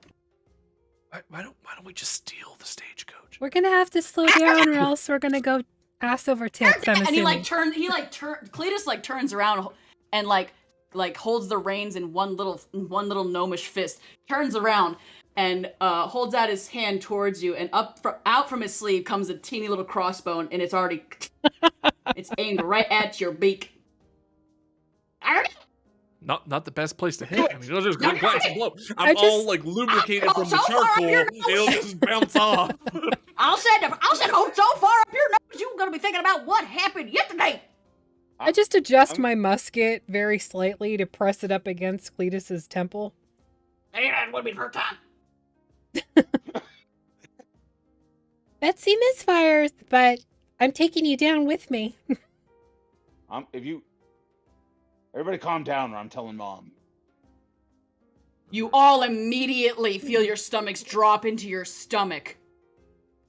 My Roar. stomach dropped into my stomach. I don't know what to do with that. Your stomach drops right further down from your stomach. You I'm know extra hungry. you have been to Rhorr's house on a play date once or twice. Little lovely burrow in the skull of a skull and throat of a great giant in this cleft out in the deserts where his people live. And Rhorr, son of Growl, the mighty chieftain of his people. She makes a delicious home-cooked meal, but oh god damn it, she's scary and she is strict and she don't do well with infighting. And best you remember that. I don't know who's talking, but it was scary. It was a flashback. Oh shit! That's even worse! Quick, change I it to usually purple. only have those when I have a lot to drink. Even Kleetus seems cowed by this, and he just kind of goes, and his little crossbow goes back up his sleeve, and he turns back around. We're gonna be slowing down a little bit. Don't wanna go over the rocks. Don't wanna go. Okay, just don't kill us, Cleetus. Well, for fuck's sake, no, you're gonna kill us. Not if you don't You kill us, I won't shoot you. I don't get. That don't make no logical sense. Look, it's got a hair trigger and no safety. Yeah, I've seen it blow back in your face once or twice. It has actually. Yeah, really. I have been blown in the face a couple times. Man, your eyebrow grew back. Did I see that? Yeah, see, it's right there. Most You of it didn't draw anyway. it on. Last time Yeah. you had to draw it on. You did a little lopsided. The stagecoach kind of slows as it reaches this rocky valley. What shall we call this rocky valley? Who hasn't named something yet? Got hairpin turns. There's just rocks all over the place. Some of these rocks, you don't know if they're actually the top of an earth elemental's skull that is just, sleeping. There are definitely like cactuses, very still cactuses all throughout the place. Kleetus has driven this path many a time, so he knows like the trail decently enough, but you gotta slow down a little bit when you're going through this little valley. Otherwise, everyone's gonna be unseated. And no one wants to see what happens when a carriage flips over its horses. Who hasn't named something yet? I was Where just Raleigh thinking, is I from. very much do want to see a carriage flip over its horses. Like, I would watch that. at least 3 times. You literally need to just like Google any old 1950s Western. Horses were hurt in the making of those films. I'm Yep. from Alberta, all the time. Yep. Texas of Canada. Yep. AssO'rKettle Canyon. AssO'rKettle AssO'rKettle! Get it! AssO'rKettle. AssO'rKettle. Over, With- but fun. Yeah. With an Or- apostrophe. And it's that is ARSEO apostrophe HRKITTLE. Canyon. You say canyon? Yeah. Go down to AssO'rKettle Canyon. Buckle up. Bucking fuckle up. There's no buckles. It's a figure of speech. I'm pretty sure it's not. Don't distract me. Is this wagon safety certified? Right now, And he pulls up like the armrest between you, and there is a certificate of authenticity and a grade A+ in safety. Did you just sign this, Kleetus? The A In stands for crayon. Kleetus. It's just like an X. Kleetus, I that don't get doesn't read. count. I don't can't read. You know that. I'm sensitive about that. Install seatbelts, motherfucker. Yeah, I'm ready to get to making them. Kleetus, if she's flailing around up there, you better watch out for the toenails. They'll cut you. They'll cut you good. It's not my fault you have, like, paper-thin skin. It's not my fault you have like Vorpal blades for toenails. It's a defense mechanism. From inside the stagecoach. Don't make me turn this thing around. Even Aw. Kleetus is like, Yeah. Those ruins are fun. Oh my god. Anyways, Like, Rhorr, which reminds me of Mom. what brand are we getting on? What brand am I supposed to be getting on? I was paying attention behind us. You got a brand? You said get on brand. Oh, you want? I gotta smudge some of this on your face. Oh, okay. Kleetus turns around. He's already got his all smeared on and everything, real artfully. He's like, It's one gum and you're gonna need it. I'm not even gonna bother with that one. I think you got it. I didn't, but let's say we did. Yeah, that's real return. It's come from somebody who's riding shotgun. I'm up here to save your ass, Kleetus. Get along, little doggy. hairpin turn. Stagecoach nearly up on 2 wheels, and we're going to go for the following perception checks. 10, 18, 19, 18. It is not that hard to see that you are narrowly dodging a group of cactuses, all remaining perfectly still. And up ahead, you see, except for the one who rolled 10, I think that was Mira. That was my On the second second. roll. Yeah. Yeah, the second roll. All the boys in the back. All the boys in the back. Put your hands in the air. You see a cloud of dust getting bigger and leading in trail. Rhorr, you know the march. You know the sands. You know what's coming. Bug boys. Can I call them bug boys? I don't know if I've overstepped. I mean, Well, shit. you do at this point. What are they? Thri-Kreen. Oh, okay. Has the driver seen it, right? Kleetus Yeah, has seen it. it makes a manure. The lead mare lets out a great whinny. It's like really tears into it. That sand going past her. Little cactus kind of like, a very still cactus at first, but then suddenly shakes a little prickly fist. That cloud in the distance getting closer, and here we come with a chase scene. We all start out with the stagecoach and the incoming, if you hadn't guessed, Thri-Kreen, or Thri-Kreen, however it's pronounced, big bug people, are both going to start with 0 ticks. You got to get to 3 ticks to get away, or they get to 3 ticks and they overtake you. Classic chase scene. 3.5e. All right. Let's roll initiative, fuckers. How much time do we have left, Daffy? As long as About you an want, hour. my dear. All right. I have to work at 7 a.m. tomorrow. Well, Therapy 6:30 at a.m. 6. would be a cutoff. I need. what was that? What was that for you, Jeremy? You know, I need to be in bed by 6:30 a.m. Which is wow. Okay. That's like 7 hours. From 7.5 now. hours 7.5 from now. hours. Yeah. We will. Do we want to save initiative for next time? Because that would be a decent place to end for the night if need be. Works for me. I don't need to end now. I didn't mean that. We can do I whatever know. you guys want. I'm down for the chase. Artemis, you had to get up early too. We'll go don't for. Well, how about this? We'll go for the first round. That's how it starts. And then we do Yeah. the whole thing. The first round always starts. We'll Let's- cut it. We'll cut it. Let's at, go until somebody gets tired. Okay. Cedar's tired. A little bit.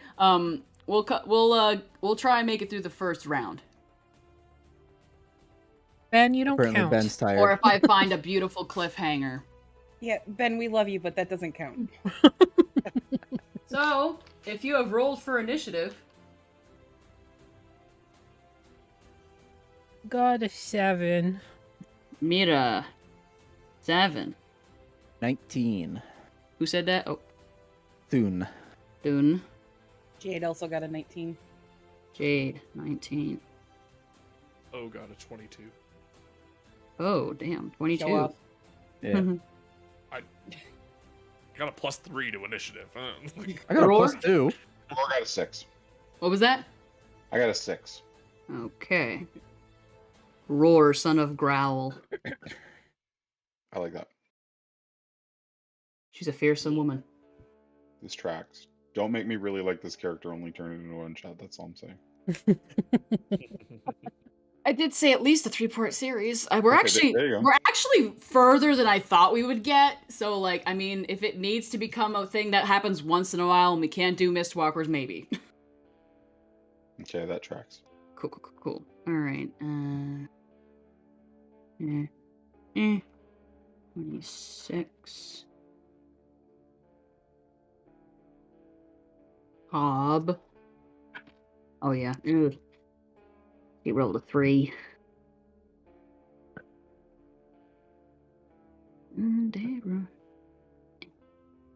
All right.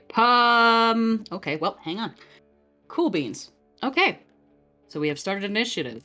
We're both sides are at 0 ticks. First one in initiative is the stranger from the bar. I hope The he's only one who fucking sees the useful. huh? I hope he's Sorry? fucking useful. Jade, you see this man kind of like even before the yelling began, he kind of like tilted his head, looking out the window, kind of like clenches his fist, and then the yelling began, and immediately he reaches into his pocket.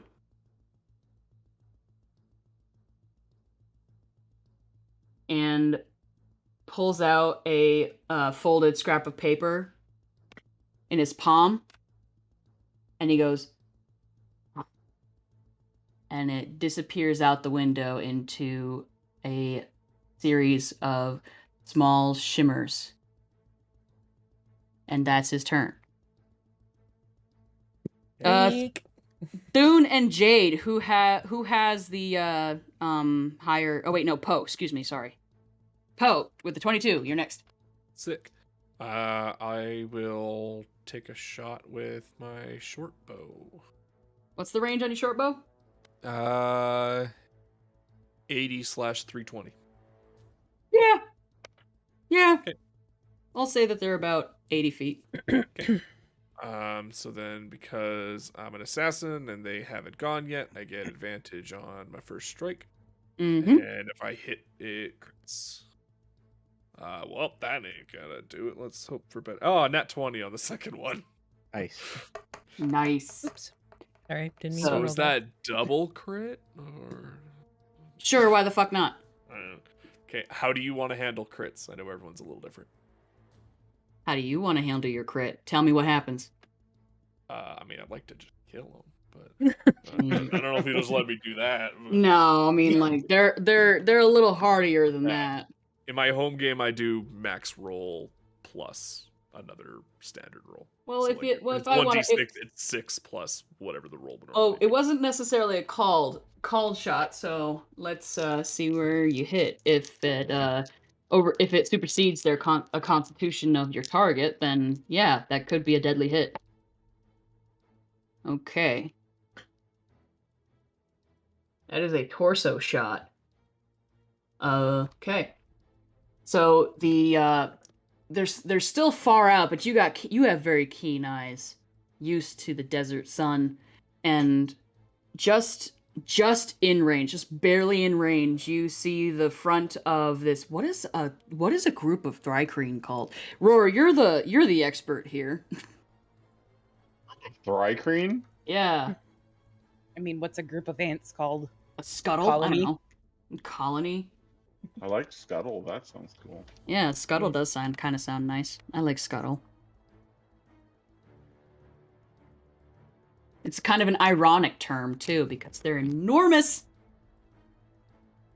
The head of the one who's leading the charge of the scuttle, a disturbingly large bug-like a humanoid entity carrying a what seems to be a polearm with two very, very sharp and shiny looking little pointy objects on either end in the upper of its forearms.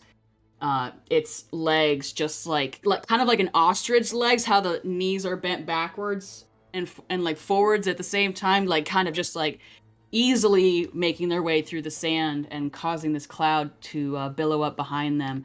The leader of this charge, obviously a bit of a younger Thri-Kreen, feeling mighty bold to be trying to take on a fully obviously armed stagecoach that is heading through the AssO'rKettle Valley. You take this torso shot. What's it look like when you do this? I pop up and just pull back my short bow as much as I can, and I don't know, probably scream something in, I don't know, Kleetish, whatever we're calling the language Kleetish speaks. Cleotnese. God damn! And then let her go. Watch your mouth. Your mama's talking to me with that mouth. He's gonna How wash much your damage mouth out with soap. How much damage do you do?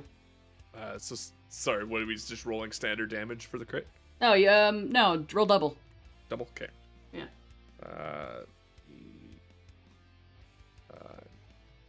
9 plus 3, 12 damage. 9 plus 3, 12 damage. Where the fuck are the hit points on this goddamn thing? What use are you, D&D Beyond? Come on. No, right there. You said 12? Yeah. Oh, just 1 point away from superseding the Constitution. Almost a kill shot. The arrow, the bolt from your short bow, meets home, busting through the chitin of this Thri-Kreen, and it lets out a like horrible, reverberating sound that is so familiar to Rhorr from his trying to sleep by the fireside as the call of the Thri-Kreen in the distance as they circled your encampment as a child before you found safety in the crags. There's some trauma coming here. I mean, is it trauma if you defeated the No. beast? You're wearing the beast on your shoulders, Bubula. Cool. Good At shot. least you think you are, unless I've stolen them. Okay, Thun, Jade, you both rolled 19s. Who's got the higher dex? Mine's only a +1. I'm +2. So yeah, you go first. All right. Well, Thun, roll off with the Thri-Kreen to see who goes first. Okay. That's a 10. They rolled a 2. Go for it. Okay. Are we gonna stop this, or are they chasing us? Are you fucking crazy? I'm just gonna stand here and That means we're running. I figured that. Gonna stand Do you here want me and to? hold. Do you want me to stop? And he pulls on the reins a little bit. You want me to stop? Only if you want to. I don't particularly want to. Then keep going. I won't get my brain scooped out of my skull with a straw. No. You see what Rhorr? And I'm just gonna ready a hit with my hammer if something gets within 5 feet of me. Okay. Readying. So you're readying an action? Yeah. Cool beans. Let's see how far I get. Okay. Pasta, shut up.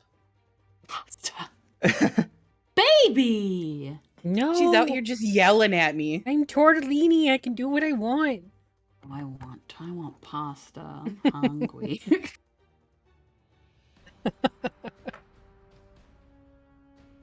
Okay. Well, I'll say that this is I forgot about that one part. Forgot about the ticks. The torso shot did not immediately kill, but definitely did end this Thri-Kreen screeching and falling into the sand. So I'll say that gives you 1 tick. But the Thri-Kreen are quickly gaining on, and their speed. Where the hell is their speed? Why is this? Oh. Okay. Interesting. That didn't sound good. Yeah. They're 40 feet away from you now. They have gained a tick.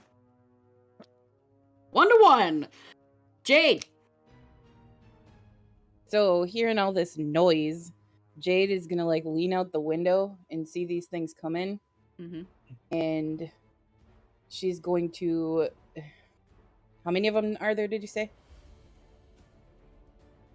There's one less now. 5. Okay, so whoever's in front, she's gonna aim at them and cast Guiding Bolt. Tell us what that looks like. I don't think they have to roll, right? It just hits, right? Let me look.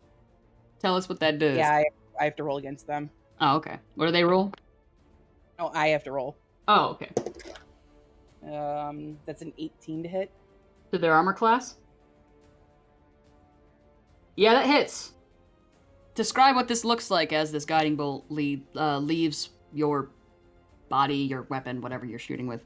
So, hearing all of this noise, she just kind of rolls her eyes and leans out the window, and she sees what's chasing her or what's chasing us, and just kind of reaches out a hand, or she pulls off one of her gloves, and you can see her hand has jade stone that wraps kind of around her hand.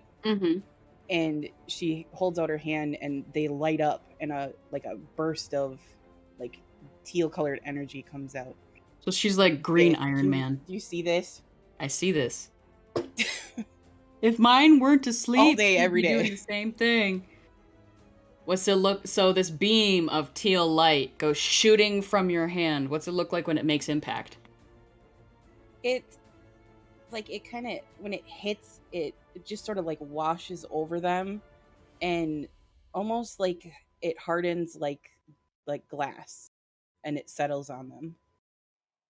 How much damage do you do? Because it kind of lights them up. So light them up. It does. Let's see. Does it do damage? It takes 46 radiant. So give me 1 second. Holy crap! Oh, it does damage. Oh yeah. Oh yeah. Just forgot. It's been 1,000 years since Okay, so that's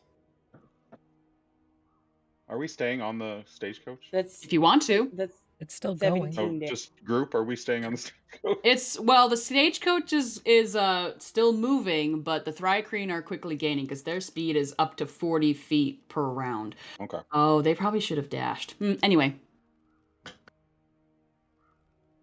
Oh no! Okay, bye. Oh, Okay, bye. Other side. Okay. Who's next? Something we That should- would be Mira. I'm going to stand up Ooh. from my shotgun position, Mm-hmm. turn around, and aim my mustang. Dexterity check, saving throw. Yeah. Since you're Figured. standing up. No seatbelts. Stinking seatbelt.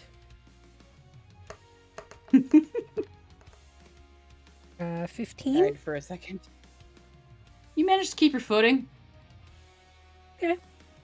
It may or may not have to do with a quick steadying little gnomish hand that grabs onto the edge of your boot. Nah, stay there. Get on it. Thanks, you laugh. Kleetus. Still straight on true. And I will... Blah, blah, blah. Where's my thing? I forget the thing that I need the thing. Shot. Going to trick shot. Mhm. Dead eye, so I get advantage. That in here. While you're doing that, what was the damage there, Artemis? 17. Sorry, my internet cut off for a second. Okay, what's it look like when you completely obliterate this Thri-Kreen from existence? So yeah, as it sort of like settles on and it hardens, it just sort of keeps hardening like stone and just crushes Okay, it collapses in a ball of light. It collapses in a shower of stone, dust, and crispy bug chitin. It starts with a which I'm sure does not make the remaining 4 very happy. You hear another screeching echo of a war cry. Rolled a 21 to hit. That hits. And 13 damage, so Betsy goes off with a gunpowder flows back and then rushes back over the guys because, you know, Yep. Oh that's yeah, how it works. your 3 boys. Would that be any kind of check or saving throw? Getting Not a if bunch they're of seeded. gunpowder and sulfur in your mouth? I'm sure they're used to it See? at this point. Yeah. I mean, it's probably not a saving throw then. It just don't. It bad Doesn't taste. taste good. It's like burning. It bad. And Bad. then I sit back down. Thunk. Yeah, not quite dead, but it hurting. What does bug blood look like? What does Thri-Kreen blood look like? I don't want to know. We don't have time for those semantics right now. Yeah, that was 13 damage. I don't know if I said that. Well, 13, yeah. Okay. It looks severely hurt, but somehow it's managing to keep on running. Who's next? Rhorr, son of Growl. Yeah, Rhorr's gonna like on all fours to stabilize himself on top of the stagecoach. He's gonna let out like just a massive roar. And then he's gonna start chanting that in Orcish, I am the wind, I am the desert, I am eternal. You're It a gets douche. faster and faster, and then his jaw dislocates, his ears start to fur up, his haunches get really big, and he lets out this cackle of excitement for battle as he transforms into a giant hyena. Yeah. And I will ready an attack for any Thri-Kreen that gets close enough to the stagecoach.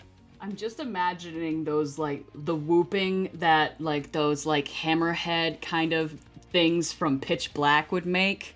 Yeah. That old vintage... Whatever, like, in the background, very upsetting. Or that one scene in The Lion King when they eat Scar. Yes. Spoiler alert. Spoiler alert. Yeah. Spoiler alert. It only Spoiler came alert. out in 1994, guys. Say, That's not the 10 movie's years almost- ago anymore. It came It out came in out the same year I was 1994? born. It came out in 1994? Yep. So Oh did no, it came out the same year I was born. Oh my god. I'm just a All sweet little tender baby. All the You best babies. people were born in '94. Hey. No, my brother was born in '94. Yeah, I Cool, disagree. cool, Okay, with cool. that. most of the best people. All right. And at the bottom of the round, it is now Kobb's turn. Oh, good lord, what is happening out here? She nudges, she kind of like, you feel her teeny tiny little blistered hands on your shoulder, Jade, as she like pops her head out of the side of the carriage. Oh, that won't do at all. And she like pops herself back in. You hear a little rustling and like, oh, no, not that. And you hear like the clanking of metal. No, not that, not that, not that, not that. I don't know, no. All right. What's y'all experiences with dynamite? I feel like Yes, I would have a lot of we have a experience. Yeah. gun. IRL Mira here? or in game? In game. Not much. With Mira in our party, it's probably a lot. I mean, Mira basically has Jade a. sees this and just goes. She's the reason why there is a sign in East of Clint that Earl put up, an addendum to the very long sign, check your dynamite. Kobb is or Mira is? Both. Oh, woof. Woofda.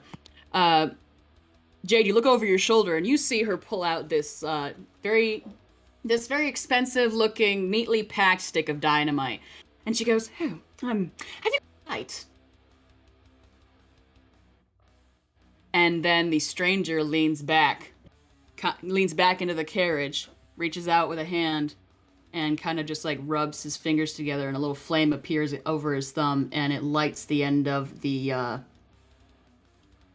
hell is the wick? The wick. Thank you. I'm like, what the fuck is that? Like, lights the wick, and it begins to, and quickly the spark quickly starts to make its way down the wick, and she's like, excuse me, and she leans out the window and she's like, the boys can probably see, maybe two of you, let's say, well, actually no, probably just one of you, because Rhorr is keeping watch and readying his action. Poe, you see a shiny, There's a little urge to steal it.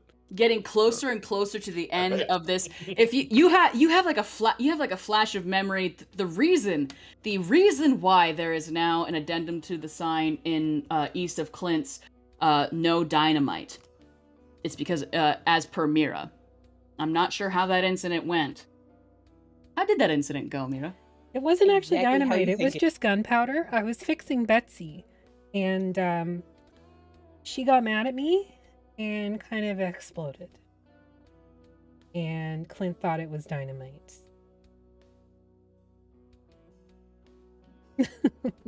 Sounds about right.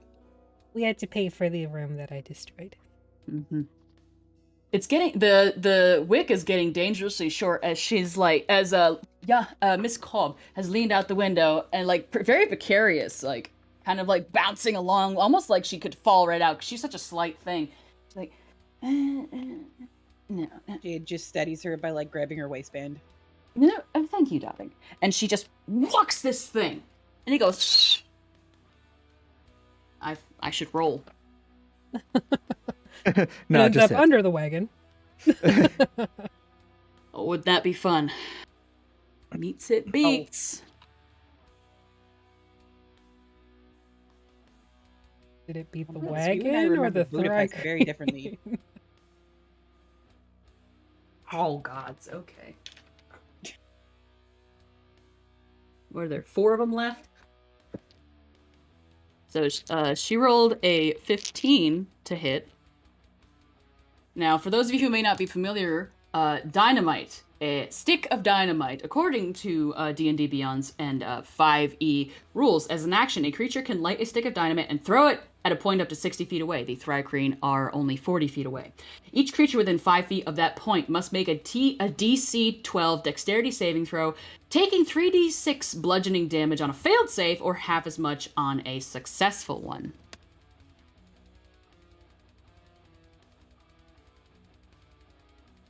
Okay, well, they We're all hungry for succeeded, bug actually. guts. They all succeeded though. So there probably will be a bit of bug guts because one of them had only 2 hit points left. Yeah. Each takes 7 points of damage.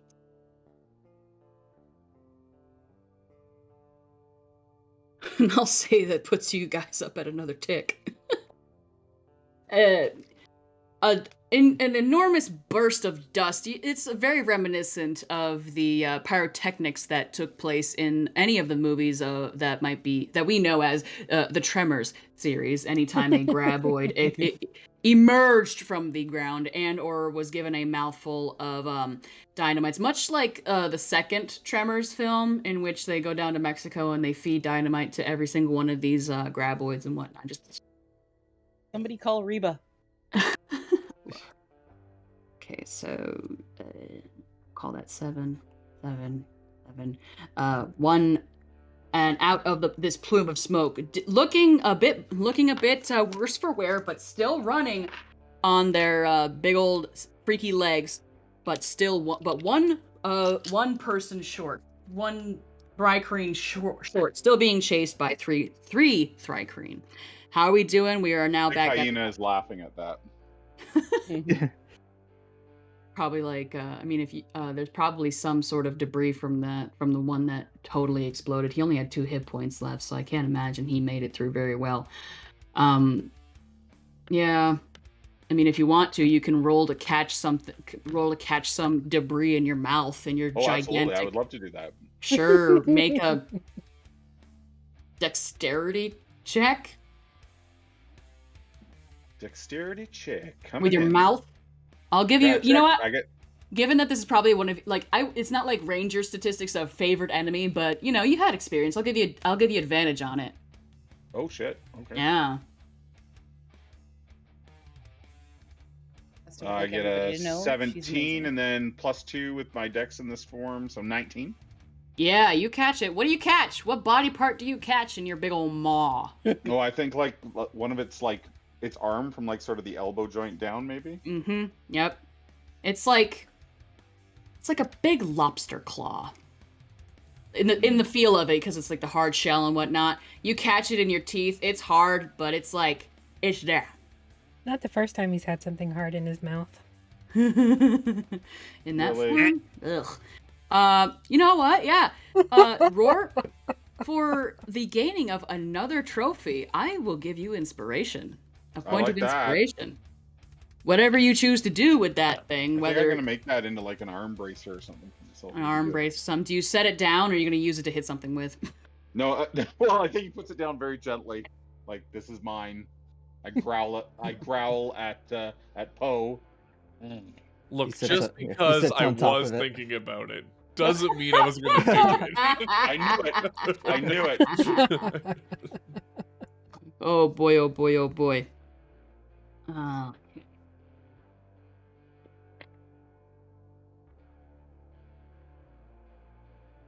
right, well, you are the enormous fucking hyena. What does a 16 hit Rhorr? Okay, so does a 16 hit? Yes. As you turn and very daintily drop this Thri-Kreen arm, you feel... I'm sure you've been stabbed before. Oh yeah, I have scars all over the place. Yeah. You feel the very familiar stab of a Thri-Kreen javelin right in your left arse cheek. Your hyena arse cheek.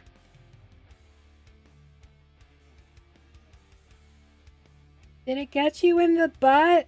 You take 3 damage. Ooh, I like that. You like it in the butt? Pickled. You can't even understand what I'm saying. You don't speak hyena. If I speak Kleetus, I speak everything. She speaks Kleetus. Speak Kleetus. Kleetus. Accidental curse of tongues upon you. All right, we're back at the top of the round. How we feeling? We can go another round. I'm good. I'm good if you're all good. I'm good. Go one more. Cool. Let's go another round. We'll check in at the end of that round. We might even be able... You know what? We might even be able to finish this chase. Whether or not you die. Anyway, it is the stranger's turn. I feel a little attacked right now. He has lit he just lit the wick, and Kobb, Miss Lady Kobb, has tossed the dynamite. So he has pulled his hand back, and he kind of puts his hand, kind of like places his knuckle over his mouth, and Jade, you I guess make a perception check? A listen check? God, I miss 3.5e for the more detailed skill checks, but like also I don't. That's a 24. Well, yeah. Do you speak? Boop. Boop. I do not speak boop. I do not speak boop boop. Haven't met a robot. Next character. You wanted to DM for us. You brought this on yourself. Honestly, I didn't know that we were going to be doing it live, but you know what? I'm okay with it. I'm having a good time, and I'm glad that it's getting recorded. Mm-hmm. Where the fuck are the languages in this goddamn piece? There will forever be proof. Forever. The DM life. I didn't choose the DM life. The DM life chose me. Features traits. Oop. Where the hell? By the hand and said run. Do you speak Elvish? I'm gonna go look.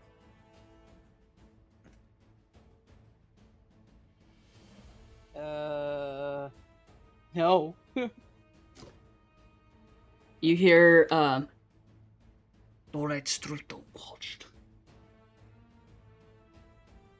Bless you. He just translate. his hand reaches out, seemingly sending. It's not like it's hard to focus on whatever is he has spoken. It's like light is like bending around it, but like trying to make it seen, but it can't be seen. So it's like you know when you're about to get an ocular migraine, you see the aura, kind of like that, and he sends it out the window. And I don't know if you remember that little folded up bit of paper he had earlier. Yep. That kind of left into dust. Boys,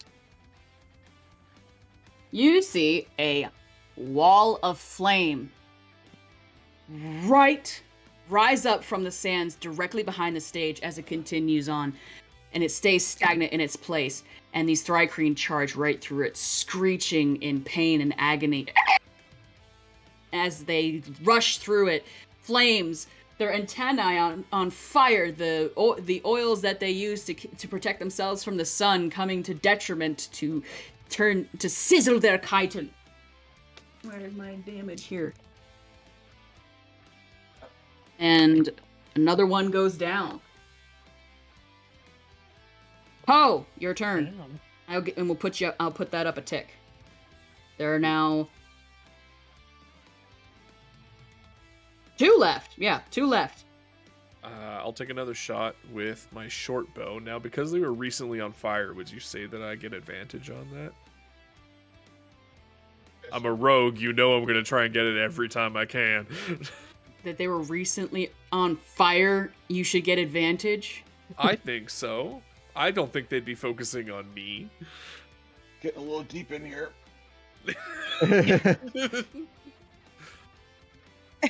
You can say no. I'm just letting you know, as a rogue, I'm going to ask. That's adorable, no. Well, you don't fire and pay attention. Whatever. 17. That hits. A whopping 6 damage. Still running. Okay.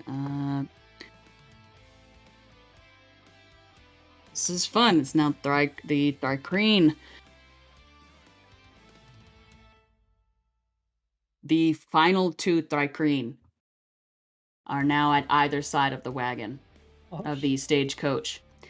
One leaping up onto the coach with its long, springy legs, right on top of you, Rhorr, and you were waiting for it. Can I bite him? You my had ready you action? had. I mean, you did have a technically. Well, that was last round. You know what? Sure, I'll give it to you. I kind of want to see how this plays. I think it would last until my turn, but Yeah. but that's cool. Whatever. Oh yeah, wanna you do. did. Oh yeah, you rated it. Yeah. Go ahead. Yeah, you Okay. rated an action. Go for it. All right. So I don't He's know how to airborne. roll. He's coming at you. I don't know how to roll with my wild shape, so I'm just gonna roll a d20 and I get a +5 on this Cool. because I don't know how to get it to. Only 13. I think that's probably a miss. That is a miss. Shizbut. Okay. You does said that you were gonna get try them- and bite. Yeah. So that's my. You atta- And yeah, go ahead. As this Thri-Kreen lands, all six limbs coming around you. This one seemingly weaponless because its javelin is now hanging out of your left arse cheek. Grips onto the fur of your form and just with a mighty screech as you attempt to bite, and with its two lower arms it grabs either the top and bottom of your jaw and just kind of like hisses, its mandibles opening up and clicking. Did that put it within 5 feet of me? Yeah, I mean, it's on the stagecoach Okay. now. Then that is a 18 to hit. Yeah, that hits. Damage. What are you hitting him with? My sledgehammer / maul. Smashy bashy damage. Yes. That was a 10, so 14. Yeah, No, that sorry, hits. maul. Sorry, these are 2d6. 7 plus 4, 11 Damage? damage. You hear...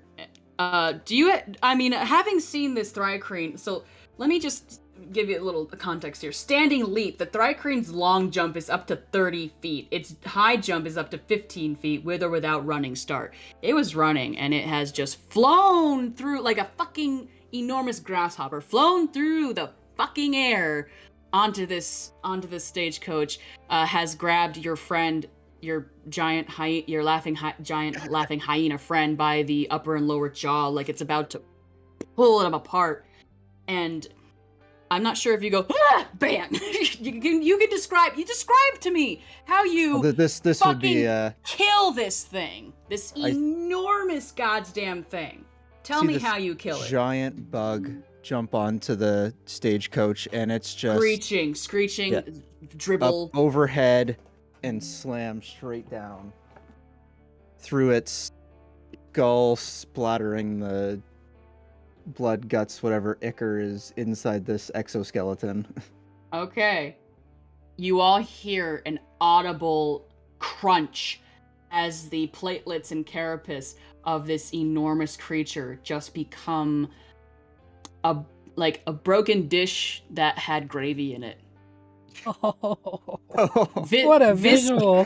Viscous, a great visual. viscous and hot and right in your mouth, Rhorr. It is. You bit him.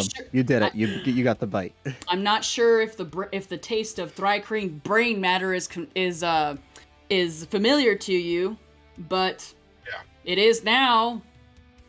Hell, you know what? If his arms can't hold my teeth back, I No, it's like becoming limp. Yeah. yeah, I just dig right into that open area. Okay. Thrun, you watch as your laughing hyena of a friend, after you have dealt the final killing blow with your hammer onto this enormous bug-like creature, you watch as your friend with a just dashes forward upon this fucking corpse. The remainder of its skull and throat just disappearing inside of his maw as he just crunches and tears away what is left of this thing's neck. Big face full of gravy. Big old Good face dinner. full of nasty gravy. It's got spikes. These things have like spikes and like an ability to climb and whatnot. So, you know what? Yeah, I'm gonna make that a roll. Let's see if this corpse catches on anything important.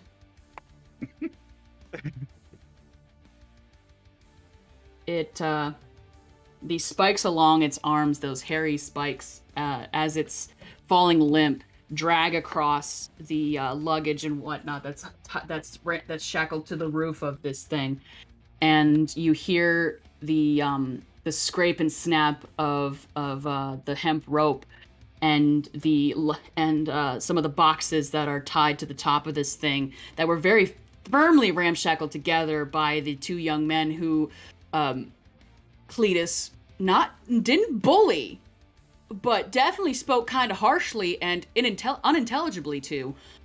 Did very hard work to make sure that nothing was moving.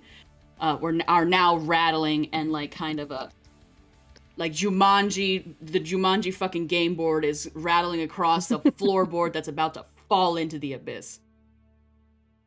And now it's the second Thri-Kreen. The only one left. It also happened to be the one that has the least hit points. Come and get some. Is that an intimidation check? I don't know, is it? I mean, you just crushed the skull, and your friend. You know what, Rhorr? Sure. Rhorr and Thun, make an intimidation check both. Let's see how scary it can be. If you can possibly scare this guy away from you. Natural 20, 22. I got a 21. That's a 43 in total. Well, it rolled a 19. It rolled a dirty 20, so y'all just managed to beat it. As it's running, it begins to slow its pace, and you quickly leave it behind as it turns and scurries into the desert. Rhorr, make a history check. Oh, I'm not good at that. 11. Single survivor of a warband. There's going to be talk. There's going to be a vengeance. Is it still within range? Sleep with an eye open tonight. Well, you have now technically gotten 3 ticks, so you have technically are able to escape. But the carriage 6 horse team. Yeah, sure, fuck it, why not? Yeah, it's still within range. I'll allow those who still have left to go because it is technically Jade's turn. So sure, it is still within range as it is quickly taking off into the desert. And it seems to be its carapace is starting to kind of the light, much like the magic that left the hands of the stranger. Light seems to start to bend oddly around it as its carapace begins to change color and texture and begins to match the environment around it. You are just able to spot it. Take your shot, Jade. She just calls out the window. Mira, you ready for this? Mm-hmm. Make it glow. I'm gonna guiding bolt. That is a 19 to hit. It hits. Wait, hang on. Making sure. Advantage on dexterity. Stealth. Oh, hang on. Let me make a stealth check. I didn't even make it the stealth check. I should read. Nah, reading's for suckers. Was almost a nat 20. Well, it rolled a 1. A natural 1. He's really bad at hiding. He's been hit a few times. He's been hit a few times, okay? Excuses. His carapace is struggling, is like shimmering and is struggling to match its environment. You hit. Now you don't even need to roll damage. How? Describe to me how you kill this. Jade doesn't kill it. She lights it up like a Christmas tree. Ah, okay. On the sands. And what color Mira is it? do it. That teal sort of turquoise color, so that Mira knows what to look for. Stands out against the sand. technically in the order, it's Thun's turn. Well, I'd be holding an action because I had nothing Okay. ranged I can do. 18, it's a 19, and then it is now Mira's turn. And then I get up on my knees and pull out my pistol and shoot. Save. Dex save. No, I'm on my knees. Wait, you're on your knees. Never mind. Is she already up? No, I sat No, back she down. sat down. Oh, did she sit down? Okay. I'll even say that Kleetus, like, grabs your belt. Hey, don't go falling down now. And he says, Finish fucking him the fuck up. 24 to hit. yeah, it hits. You don't even Nine. need to roll Surprisingly damage. Tell us how. stable Tell on us. your knees. Aw. Don't Tell us question how it, you just go fucking with it. Yeah, tell us how you fucking obliterate this guy. So as soon as I see that, Jury, what the fuck are you doing? Sorry, I just looked up and I don't know if you can see her. I can see Hello, her. kitty. What are you doing? Hi, Shuri. Oh, she falled. She's Oh, Oh, no, no, okay. she called. Is she okay? She's fine. With the She's baby. just an idiot.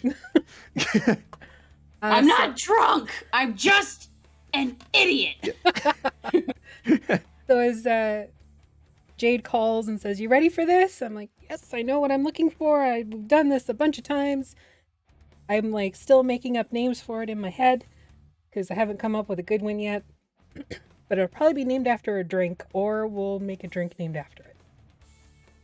And as soon as it lights up, fire, and then I action surge right away and fire again. So 2 bullets. Okay, 2 bullets? 2 bullets. Cool. Where they hit? I'll One give right you the between choice. the shoulder blades and the other in the back of the head. So he does a whoa. Yeah, like she said, this Thri-Kreen, you hear the puncture, the cracking puncture of a bullet meeting a hard carapace, and it's like a ripple effect as it strikes right between the shoulder blades. The carapace now, the bits that were able to be camouflaged into the environment, just suddenly rippling out, and you can immediately see the rest of its body just as it begins to fall forward. Chest first, thorax first, and then the top of its skull. Is it called a skull? Yeah. Top Sure. of its skull just goes like another loud cracking puncture as the bullet leaves the front of its skull, and it tumbles down to the dirty, sandy ground, rocks, all parts and fluids. I'm just kidding, not that bad, but it falls to the ground. AssO'rKettle. AssO'rKettle here in AssO'rKettle Valley. Arse And, first, and then it tumbles over.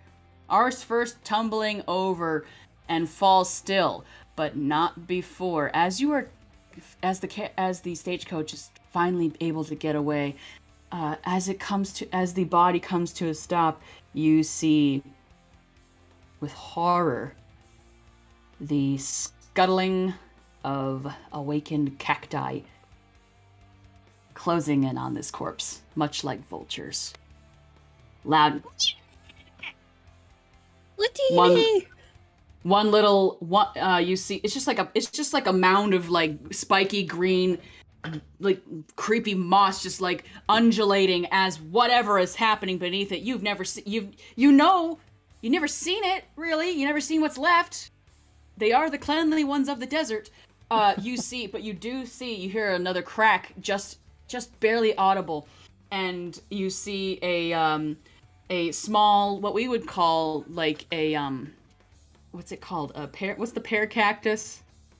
Prickly pear. You see what seems to be a prickly pear rise up on top of the mound, holding it what is remaining of the Thri-Kreen skull over its little head. Yeah. And then it is immediately tackled to the ground by another awakened cacti. That's really And gross. And you ride out safely through AssO'rKettle Valley. The stranger sits back in his seat as the stagecoach kind of rights itself, and Kleetus is still calling out commands to the team, picking up speed once again now that they're out of danger. The stranger kind of sits back in his seat, kind of adjusts his waistcoat. He kind of like looks at you, Jade, and he looks at Lady Kobb. Fine work. This till taken, motherfucker. Hear from outside. And we'll call it there for the night. Yeah. Thank you so much, Cedar. Great job. Thanks, Peter. I can't You wait did to great. get back to this at some point because it's Mm. fucking amazing and I had so much fun. Thank you everybody for coming together at very last minute to do this, and thank you Artemis for basically telling everybody that they're going to be playing tonight. It was fun. I had a good Everybody, I time. didn't tell them. Yeah, you did. Yeah, you did.